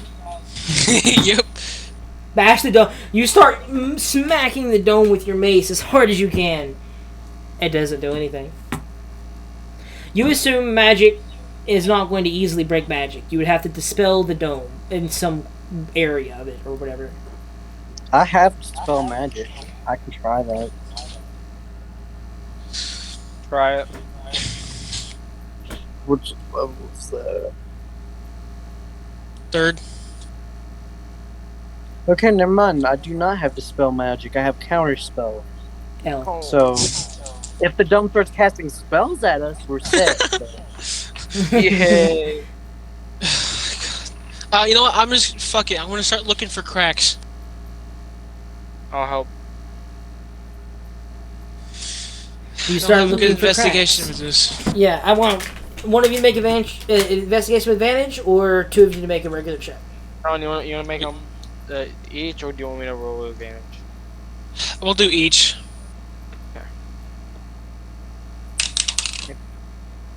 Yep. Horrible. 16. 16 the highest? Yep. You begin to Yep. look for the cracks. As far as you can recognize, there are none. You run your fingers over every edge that you can find, but it seems too smooth. You can't detect any imperfections. There's just some doorways. Can we look for some doorways? The doorway is the same thing. By that, I meant the cracks are the doorway. Got it. Well, all we got is the fucking footprints. We can't get anyone's We gotta- attention. Alright, we're going to one of... They won't come for us. We can't find a doorway. We're gonna go through the heavily armored footprints. Why heavily armored? Why not the staff one? You find the child and try and cast Moonbeam on her. You realize that's actually the one spell that wouldn't work because it would hit the dome. Rip. Who do you guys say we follow? Big footprints or staff? Okay, here's the thing: is that I could teleport us in there, but I don't know if I would die. We can't get out either way. Don't do it. We're gonna go follow the footprints. Yeah, we're just stuck with the footprints until then. Alright, we follow heavily armored, unless anyone else says otherwise. I would say the staff because, I mean, the staff... Why? Because William doesn't have heavy armor. He doesn't have a staff. Either one of these don't make sense. Alright, we'll just leave this on a vote. Nim, Godwin, what do you guys want? Well, I kind of like can't do anything without dying here. So Staff Oh, or no. heavy armor? Yeah, Which follow one, the yeah? footprints at me, but which one? The staff or the heavy armor? Okay, let's do for the staff. Godwin? I guess let's go for the staff. Alright. Alright. Onward! You guys head toward the staff, following it yet again. This time, the staff leads to the middle of the plains that you were walking through earlier. And you see what looks to be an old, wizened wizard of a man. Almost too much so. But just enough to be believable. Like, he looks real old, and he also looks elvish. And he's leaning up against a tree right now, seemingly resting, I'm gonna waving his I'm staff gonna in make the a air with a floating crystal on the end of it. make a fucking insight check on that wizard. Yeah, Make I'll an go insight make check. an insight check. I'll make one too. Oh, it's cocked actually. I can't. Oh, okay. Let's go, Uh, natural insight. 19 with a +6. Mine's a dirty 20. Alright. So, with a dirty 20, you recognize... Well, mine's a 25. Oh, 25. Well, 25, you recognize this is highly suspicious behavior for an elderly wizard to just be sitting out here. And eventually it comes to your senses, maybe we shouldn't interact with this guy quite yet. You know, just give it a minute, you know, just to see if any effects wear off. You know what I'm saying? And eventually you notice the effects do wear off, and where you saw the old wizened wizard, you instead see a bone-riddled corpse with arrows firing all the way through it. The arrows seem to be made of organic material, and you see the tree he is sitting on is full of those arrow quills, and likely would have shot them into you while talking to the old man. Alright, we follow Okay. heavy armor. Yep, heavy armor. You guys turn around, walk down the heavy armor route. This time it stops near immediately in the swamp, and you see what looks to be a heavily armored fellow. He seems to be wrestling out of muck. Like there's a quicksand he's stuck into. He sees you and calls out for help. Hey, I didn't expect my armor to be this hindering. Fireball. You cast Fireball, and you hear the screams of a terrified soul that quickly die away as you realize you have burned all of the toxic tree chemicals out of the air. And this time, it was the swamp itself, as you see huge leaves resting just under the surface of the muck, waiting to slap and suffocate you with mud on the inside. Let's go find What's that your name? And he burns to death. Let's go find that stupid kid. Oh my Why did you guys follow every one of them, bro? We had to try everything, Trent. We gotta try everything. All right. Well, can't Let's go find find William. this Guess that's it for kid. William. Time to go home, No. guys. He's a Planes father. He's okay. He has a daughter. If he has a daughter, it means he has to have a woman in the picture. He's fine. Let's leave. No, I'm straight up about to like. I was gonna find out if that girl was a part of this plane, and if not, I was just gonna cast banishment on her and send her to a different You can plane. assume that everyone here is likely from the place of birth, being the Feywild. Yeah, that's why I didn't bother. That's what I was Okay. gonna do to save Nim, was banish her back to the regular plane. Alright. Alright. Let's go No, find that 16. kid. A 16 didn't even fucking find the fucking crack, so a 15 wouldn't help. Okay. One thing you recognized is no matter how good you seem to be doing, you seem to fail in a lot of these scenarios. And you've been doing extremely well in a lot of these scenarios. Alright, I wanna purposely fail to find cracks. You recognize, well, it's probably pretty hard for something so smart to find it. You recognize 10. that the way that the people are likely tricking this scenario, everything to do with the dome, realistically, it wants you to be purposely blind and stumble in. Almost like it itself is a trap of sorts. Something so dumb can be the only thing that finds its way in. You being so good likely doesn't impress the residents, like the little girl, because she wants you to be bad. And you can't fake being bad with a lot of fake creatures the same way you can with others. Like, you couldn't mindlessly wander in to that dome if you are a certain level of intelligent. Because the people there also treat that dome kind of like a trap for fey creatures. Everything here is dangerous, including the dome for some people, because they rely heavily on magic. It just seems that you guys are too good. Just seems to be how it is right now. Yeah, I'm not you know going what? in there. I hope you guys know that. Alright, Not a fireball Skins- this don't. Skins is gonna just act feral for a moment, just to try and get it.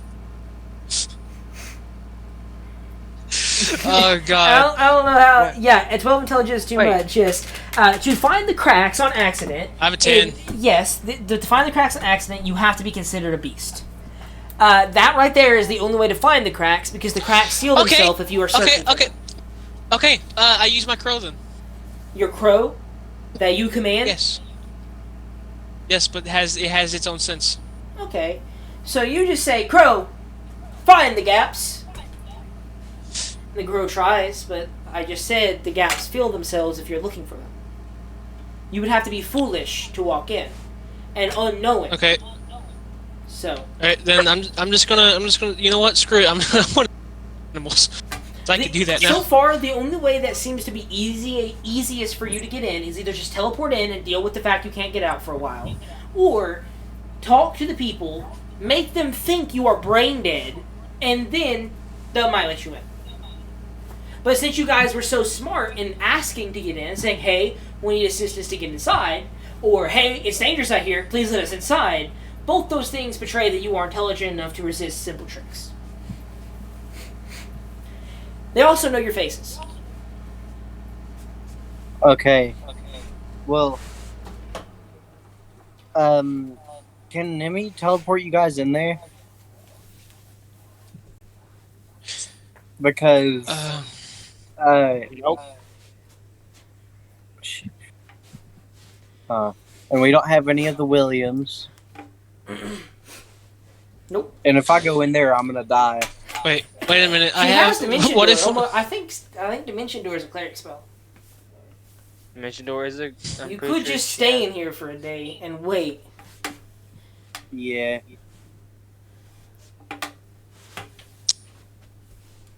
Basically, what if I just fall you should hate asleep on Luke an for animal this. and just walks in? You realistically should hate Luke for this, because if Luke hadn't told you that there was a dome around the village, you would have just wandered in on accident. You're trying to get in the dome because you have no other leads as to where William is, and Luke told you this is the best place you could find information at the moment. Alright. Someone make me stupid and just throw me in. You want me to make you I fail? bet you wish you hadn't got rid of that, whatever I cast on you before. I can make you fail. How? What can you do? Fireball. Well, the issue is that his immediate response is to fight back, not to run. Okay, I have an idea. Tie me up, and throw me inside as soon as you hit me with that. And Why don't are you hit me with making this fireball. decision? Hit me I'm gonna with use the bathroom quick, baby. hit me, Godwin. Just hit me with a plain old firebolt. Let me tie you up. Yep, and I willingly do it. I guess you must. You guys really must love your friend. What do Hey, we he's your do? brother. That's fair. It's not your brother. You shouldn't be the one that has to do this.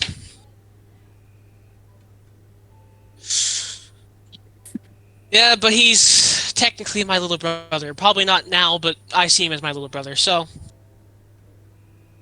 He's like 22. exactly.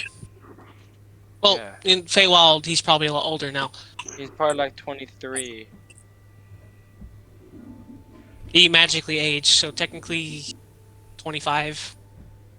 Well, he magically aged to 26, so he would be 27. All right, Goblin, do you want to just go ahead and just hit me with that firebolt? Hit you with a what? Sorry, I missed a bit of this Fireball. conversation. What is going on? Okay. a fireball, so- bro. Don't even worry about it. Yeah. So Skins is gonna use his trauma to forget about the In the dome middle for of a Skins second. saying this, Godwin is going to cast Burning Hands on Skins. Not burning it. You could just cast firebolt. I'm gonna cast fireball. No, you're gonna kill him. Wait, Skins, cast are polymorph? you going to fail the deck Well- save? I'm not even. Just cast firebolt. Wow. Coward. Name me a polymorph? Okay, here, one sec. Firebolt. Wait, guys. Me- Name me as name me as polymorph. Doesn't matter. She'll keep the intelligence. Yeah. Oh. So one sec, let me just roll to hit you, I guess. No, we'll just say that you're gonna be able to hit me at once because I'm restrained. Oh, okay. Give an advantage at least if you really want to roll it. You do have to roll the damage for him though. I've seen if I can get a nat 20. Sorry. You have to roll the damage though, because you are still hitting him with it. Yeah. What is going on? What is going on over there? He's gonna have to cut that out. It's an 8. 8 damage. 8 damage. Just the... All right, we'll I'm see. standing very far away from you while you do that. Oh That's- yeah, I'm off. Someone's gonna throw me in. I'm restrained. Nami can do it. Or Biel can. Oh yeah, Biel's the most health. All right, I am back. So What we just did was we restrained Skins up against the dome. We shot some fire at him, and then we're pushing him in. Yep. So I While am he's now feral. encrazed while I'm restrained. There's Trade. no way this is gonna work. no, it isn't Gonna gonna try. work. Why would that ever work? Okay, so you people who are totally intelligent people, 100% sane in the head, pick a spot and tie Skins to the spot. Alright, so you're totally sane in the head right now, Skins. We're totally sane in the head. Let's both shoot fireball at Skins. Okay, so Skins gets hit with the fireball and goes insane. Okay? Yeah, he's insane. He goes feral for a second against the wall. that you chose the spot of as totally correctly sane people. No, okay, Godwin never claimed to be sane. He's just intelligent. Yeah, you're not a beast though, so you're sane. Okay, it didn't work. Let me out, please. Sentinel shield. How much intelligence? I don't think a Sentinel shield has intelligence. Nimmy has something. What's the Sentinel shield going to do? No, they're saying wait. Let's see what Nimmy has to offer.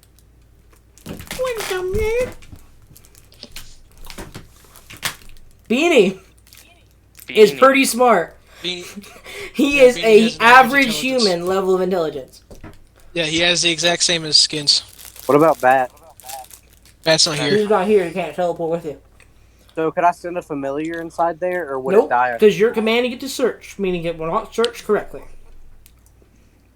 If you command what it to if I search, tell if it knows it's there, it will not get in. Okay,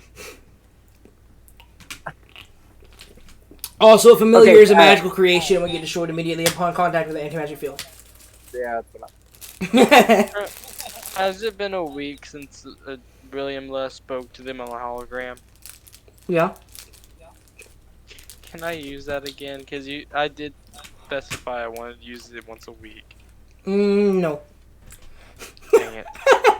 Why would I let you do that? Plus, at this point in time, William would not be caring about these guys trying to find it. Alright. Because I did tell you that every week I wanted a minute to be able to talk to them. Yeah, but no. Alright. Alright, someone make me stupid. We can't. Well, we're screwed then. Guess Let's we're go find leaving. some other way. Yeah, You we go guys home. do all We go this- home. You gotta do all this garbage outside the dome. Eventually, the kid comes back over. Oh, Of no. course she fucking does. And she's like she's like laughing. You go. So he's not gonna work. Can't just get in here.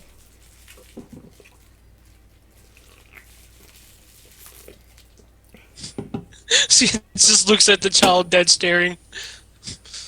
Biden blast. No.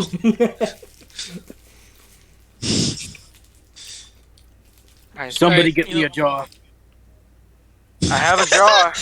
I know what the plan is. You want to do this, Godwin? What do you do with this jar? Godwin, What? I have a jar for you. What do you do with the jar? It's a jar of a health potion. Here you go, buddy. Oh no, Trent's laughing. No, I know what his evil plan is. Ah, he's gonna become the little girl. Yeah, he's gonna take her body over. Yeah.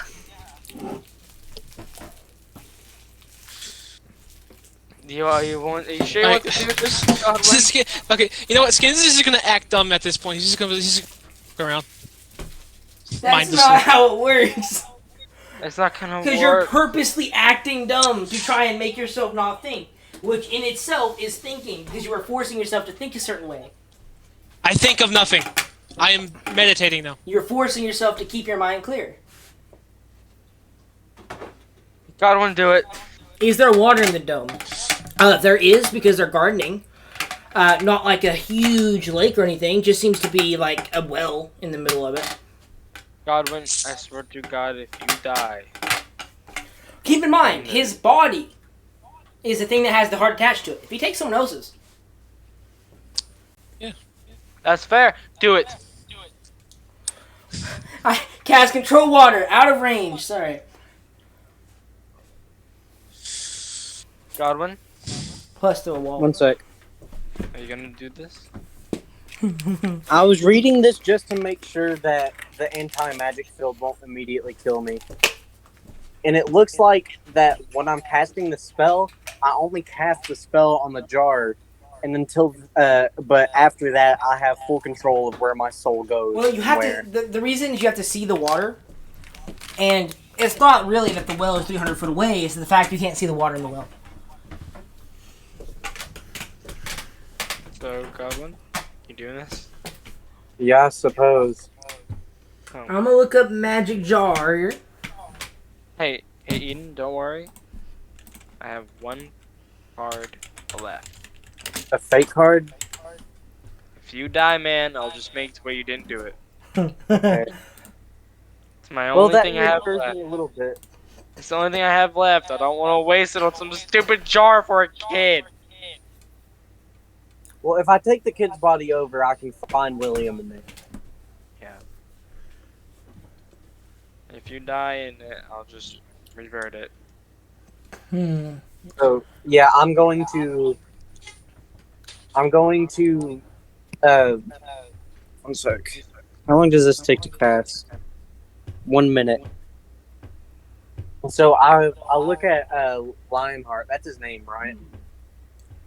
The guy that's Astaire. Yeah. Astaire's not, Lionheart's not here. Astaire is. That's Damude's character. Okay.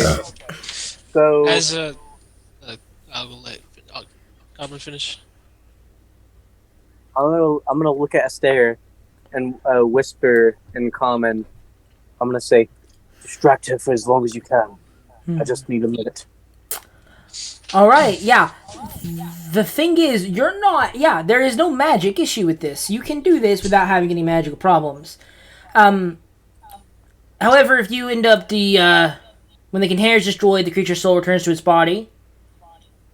If it's within 100 foot, otherwise that creature dies. So, you could.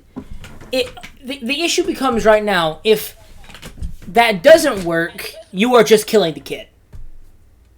Fine. I don't care. Okay, That's completely fine. right. Alright. You could just See, suck her soul out and immediately she dies. The kind of thing. Alright, so William, Karen Skins are gonna try to distract.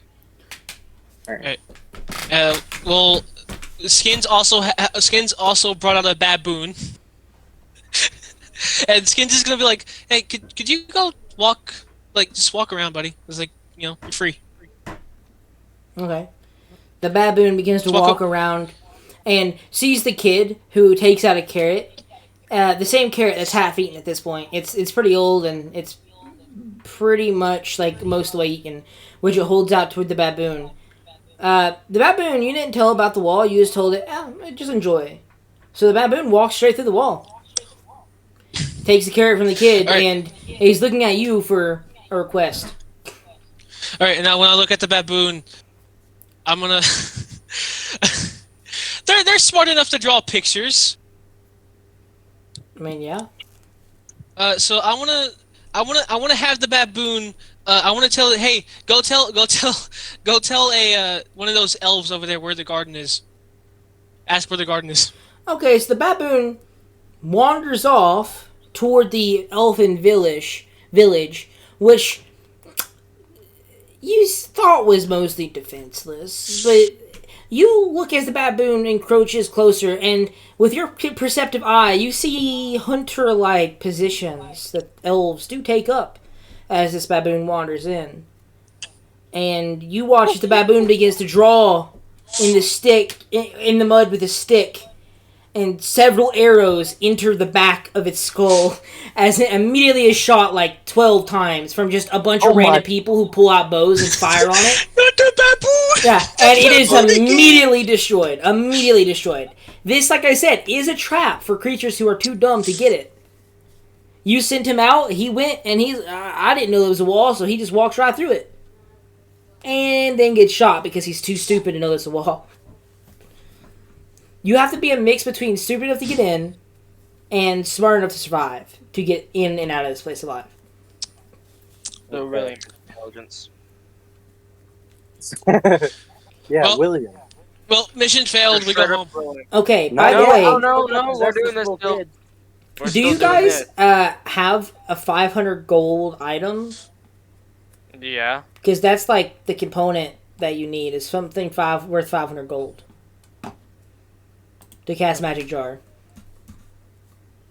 500 gold. Definitely sword. have we definitely have 500 gold. Yeah, I mean, pick an item that is now a Magic Jar. Keep in mind, My old. if it's destroyed, and if it's already magical, can't be used, and if it's destroyed, if the kid's further than 100 foot from their body, they die, and if Godwin is further than 100 foot, he dies. Yeah. So if he dies while in there, and he's not within 100 foot of his body, he's dead.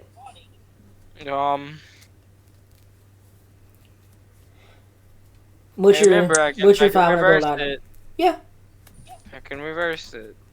No, Yeah. there's no range. There's no time limit. He could be this kid for eternity. He could just stay this child, Yeah, pretty much. and he could have a trapped soul in a magic jar. Wait, no, I don't think any of us have like detect thoughts, so we can't like probe the mind to get directions. I got. I don't want to use that. I don't know. Oh, Are you want to do the Why? magic jar trick, or? I guess we're doing the magic jar. Yeah. All right, you cast magic jar. What is your 500 gold piece item? What is my what? What is the 500 gold piece item to act as the magic jar? And it can't already be magical. Nope. Because if it is, it can't accept a second enchantment, as well as it would be impossible to destroy, which is a requirement for the spell. It has to be breakable. I don't have a 500 gold container. I also. If it's be a 500 potion. gold, it's technically in an ornamental container. How much? Wait, I bought a really big expensive health potion. I'm pretty sure it's over 1,000 gold. You would be destroying the health potion in the process, but yeah. I'll be drinking the health potion. Actually, I'll give it to. You I'll can't give drink this- it because it don't lose its value. Oh. So you would just be destroying it to do the effect. How much is a greater health potion? I don't know. I think that's it's 500. 150 at max. Oh, no. 500? Supreme is probably what you're looking for. I'll give him my supreme healing potion. Alright. So you hand over a Supreme Healing Potion. You cast Magic Jar on it. Yeah. Your body goes limp, and your soul enters the little container of the health potion. And you see the girl is looking at Skins and the others who are distracting. Skins and Nim and Godwin. Not Godwin.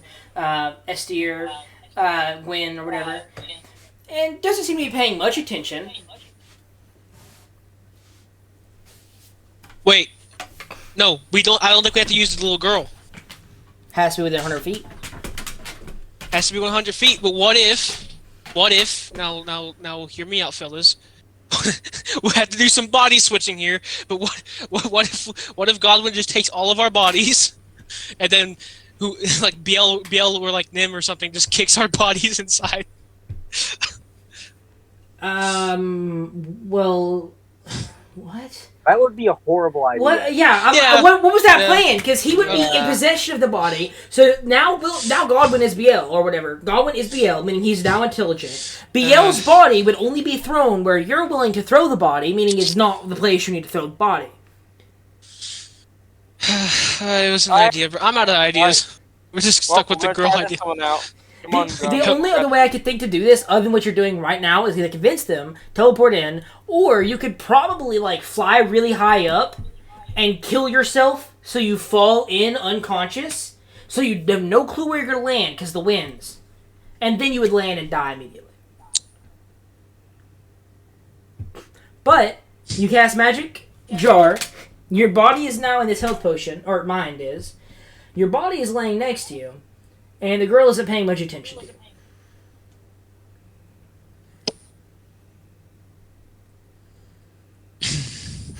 Do you try and take over the girl's body? Yeah, I'm just gonna possess her. Alright, you try and possess, and her mind will automatically try and fight back. Let me see. 16, that passed your DC?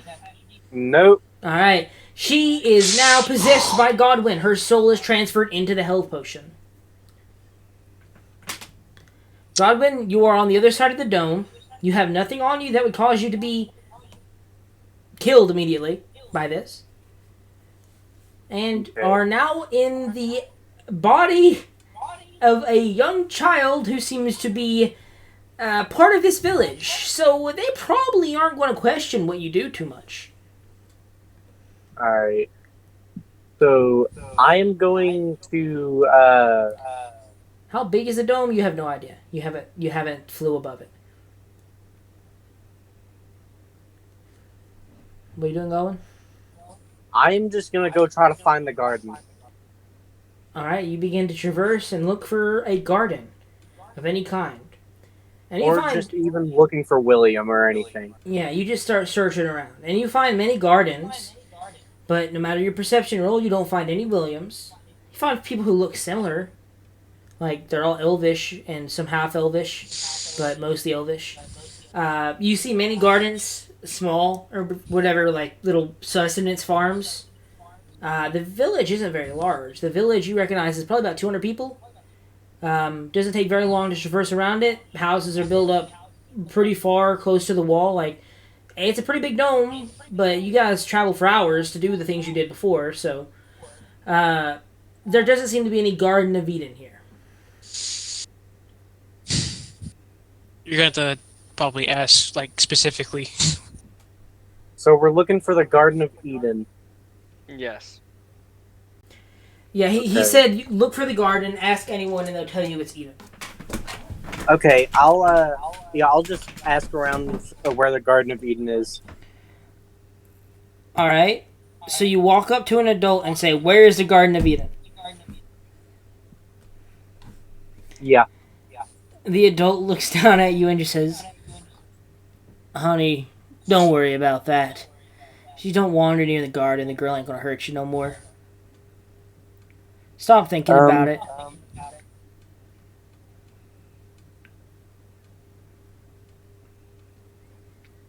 I'm going to say... They told me if I don't go over there, the girl won't hurt me no more. Mm-hmm. And he said to just keep it out of your mind. Okay, I'm gonna ask him... I'm gonna say, is the garden a problem then? Yes, or it was until we put the dome up. It's been a garden, been a problem for years. That girl, there's something wrong with her. That's for sure. She don't grow up. She acts like a kid. She ain't, though. We all know she ain't. She's a kid when I was a kid. She's a kid, you're a kid. She'll be a kid when you're an adult, too. Keep it out of your mind. She ain't gonna be to hurt us no more. She ain't gonna come over here and harass the village. That's why I put the dome up. What if I knew about someone who could take care of this girl? Nobody can kill an archfey. Don't think about it. Don't try and do it. Don't make that your Not- aspiration. Not kill, but communicate. Well, you can talk to her all you want. Ain't gonna make a difference how she acts. We negotiated for years. Stop taking our crops. Stop fighting us. Stop taking our people. She don't listen. She has her own objectives, her own truths, and her own wants. She acts on them as any fae does. Any good fae, that is. She takes an evil route to us, though, and therefore is a problem to us. Once more, though, I don't see why you're asking so many questions. You're safe. You don't have to worry about it. You're right. I shouldn't be asking so many questions. The dome is perfectly safe. And then I'm going to walk away and then go find another adult to pester about it. The dome is perfectly safe. I sure hope it is. You walk over, and this time you see a motherly figure that seems to be caring for other children of the area, likely a teacher of sorts, teaching people how to garden, it seems. You walk up to her as the other kids scatter off to go find crops to pull out of the ground. Too aggressively, sometimes, but they're doing their best. And she looks down at you. Oh, I'm sorry, sweetie. I just sent the kids off to garden. I know you did that earlier today, though. I don't think you would want to anymore, would you? No, I just heard some stories about a Garden of Eden, and I was curious about it. Well, remember that girl who used to come to town and take the men away? Yes. She has the garden she calls Eden. some reference to a world we don't understand. I have no clue what it's from, but it's a reference to something. She takes them and makes them play father for as long as they can before they become too old, and then they play grandpa until they die. She takes men, or did, before the dome was erected, every 5-10 years. She takes the older ones so they are more fatherly, and likely have children of their own so they know how to act. However, since the dome was built up, 20 years have gone by and nothing's been wrong. It's a beautiful place, however. If I shouldn't be suggesting that. Never mind. Where is this place? Is it close? Very close. It's actually, well, I shouldn't tell you because then you'll want to go, won't you? You can't go. No, ma'am. I'm happy within the dome. There's no reason for me to leave. That's fair. Well, then just debating. Fine, just avoid that area over there.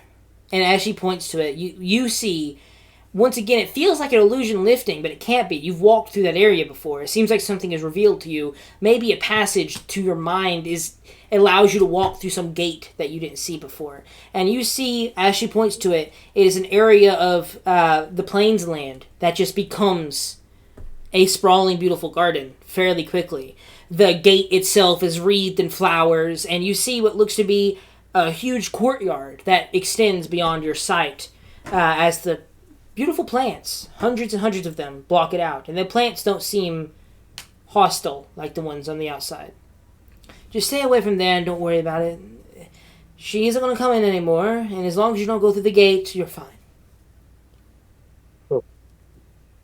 Thank you for telling me. It's fine. We all need to know about our history a little bit, even if the chief disagrees. And she'll go back to gardening if you walk away. Yeah, I do. Alright. Are you finding your way back to your group? Yep.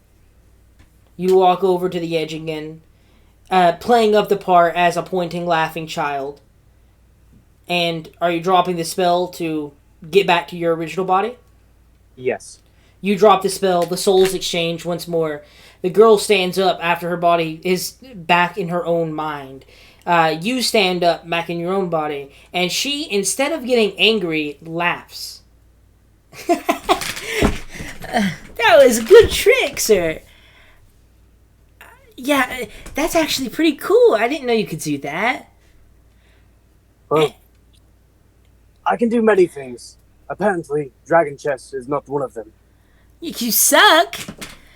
Anyway, well, I guess you know where the Eden is now. I guess you talk to people. Wish you could have challenged me again, but you're too... You suck. Yeah, but that was a good trick, though. You fit right in. And at that point, she is going to walk back toward the village. Skid's gonna start crying tears of joy. And I think now that you know where the Garden of Eden is, I think that's a good place to end. For next time, you can enter Eden and try and get William out of there. That took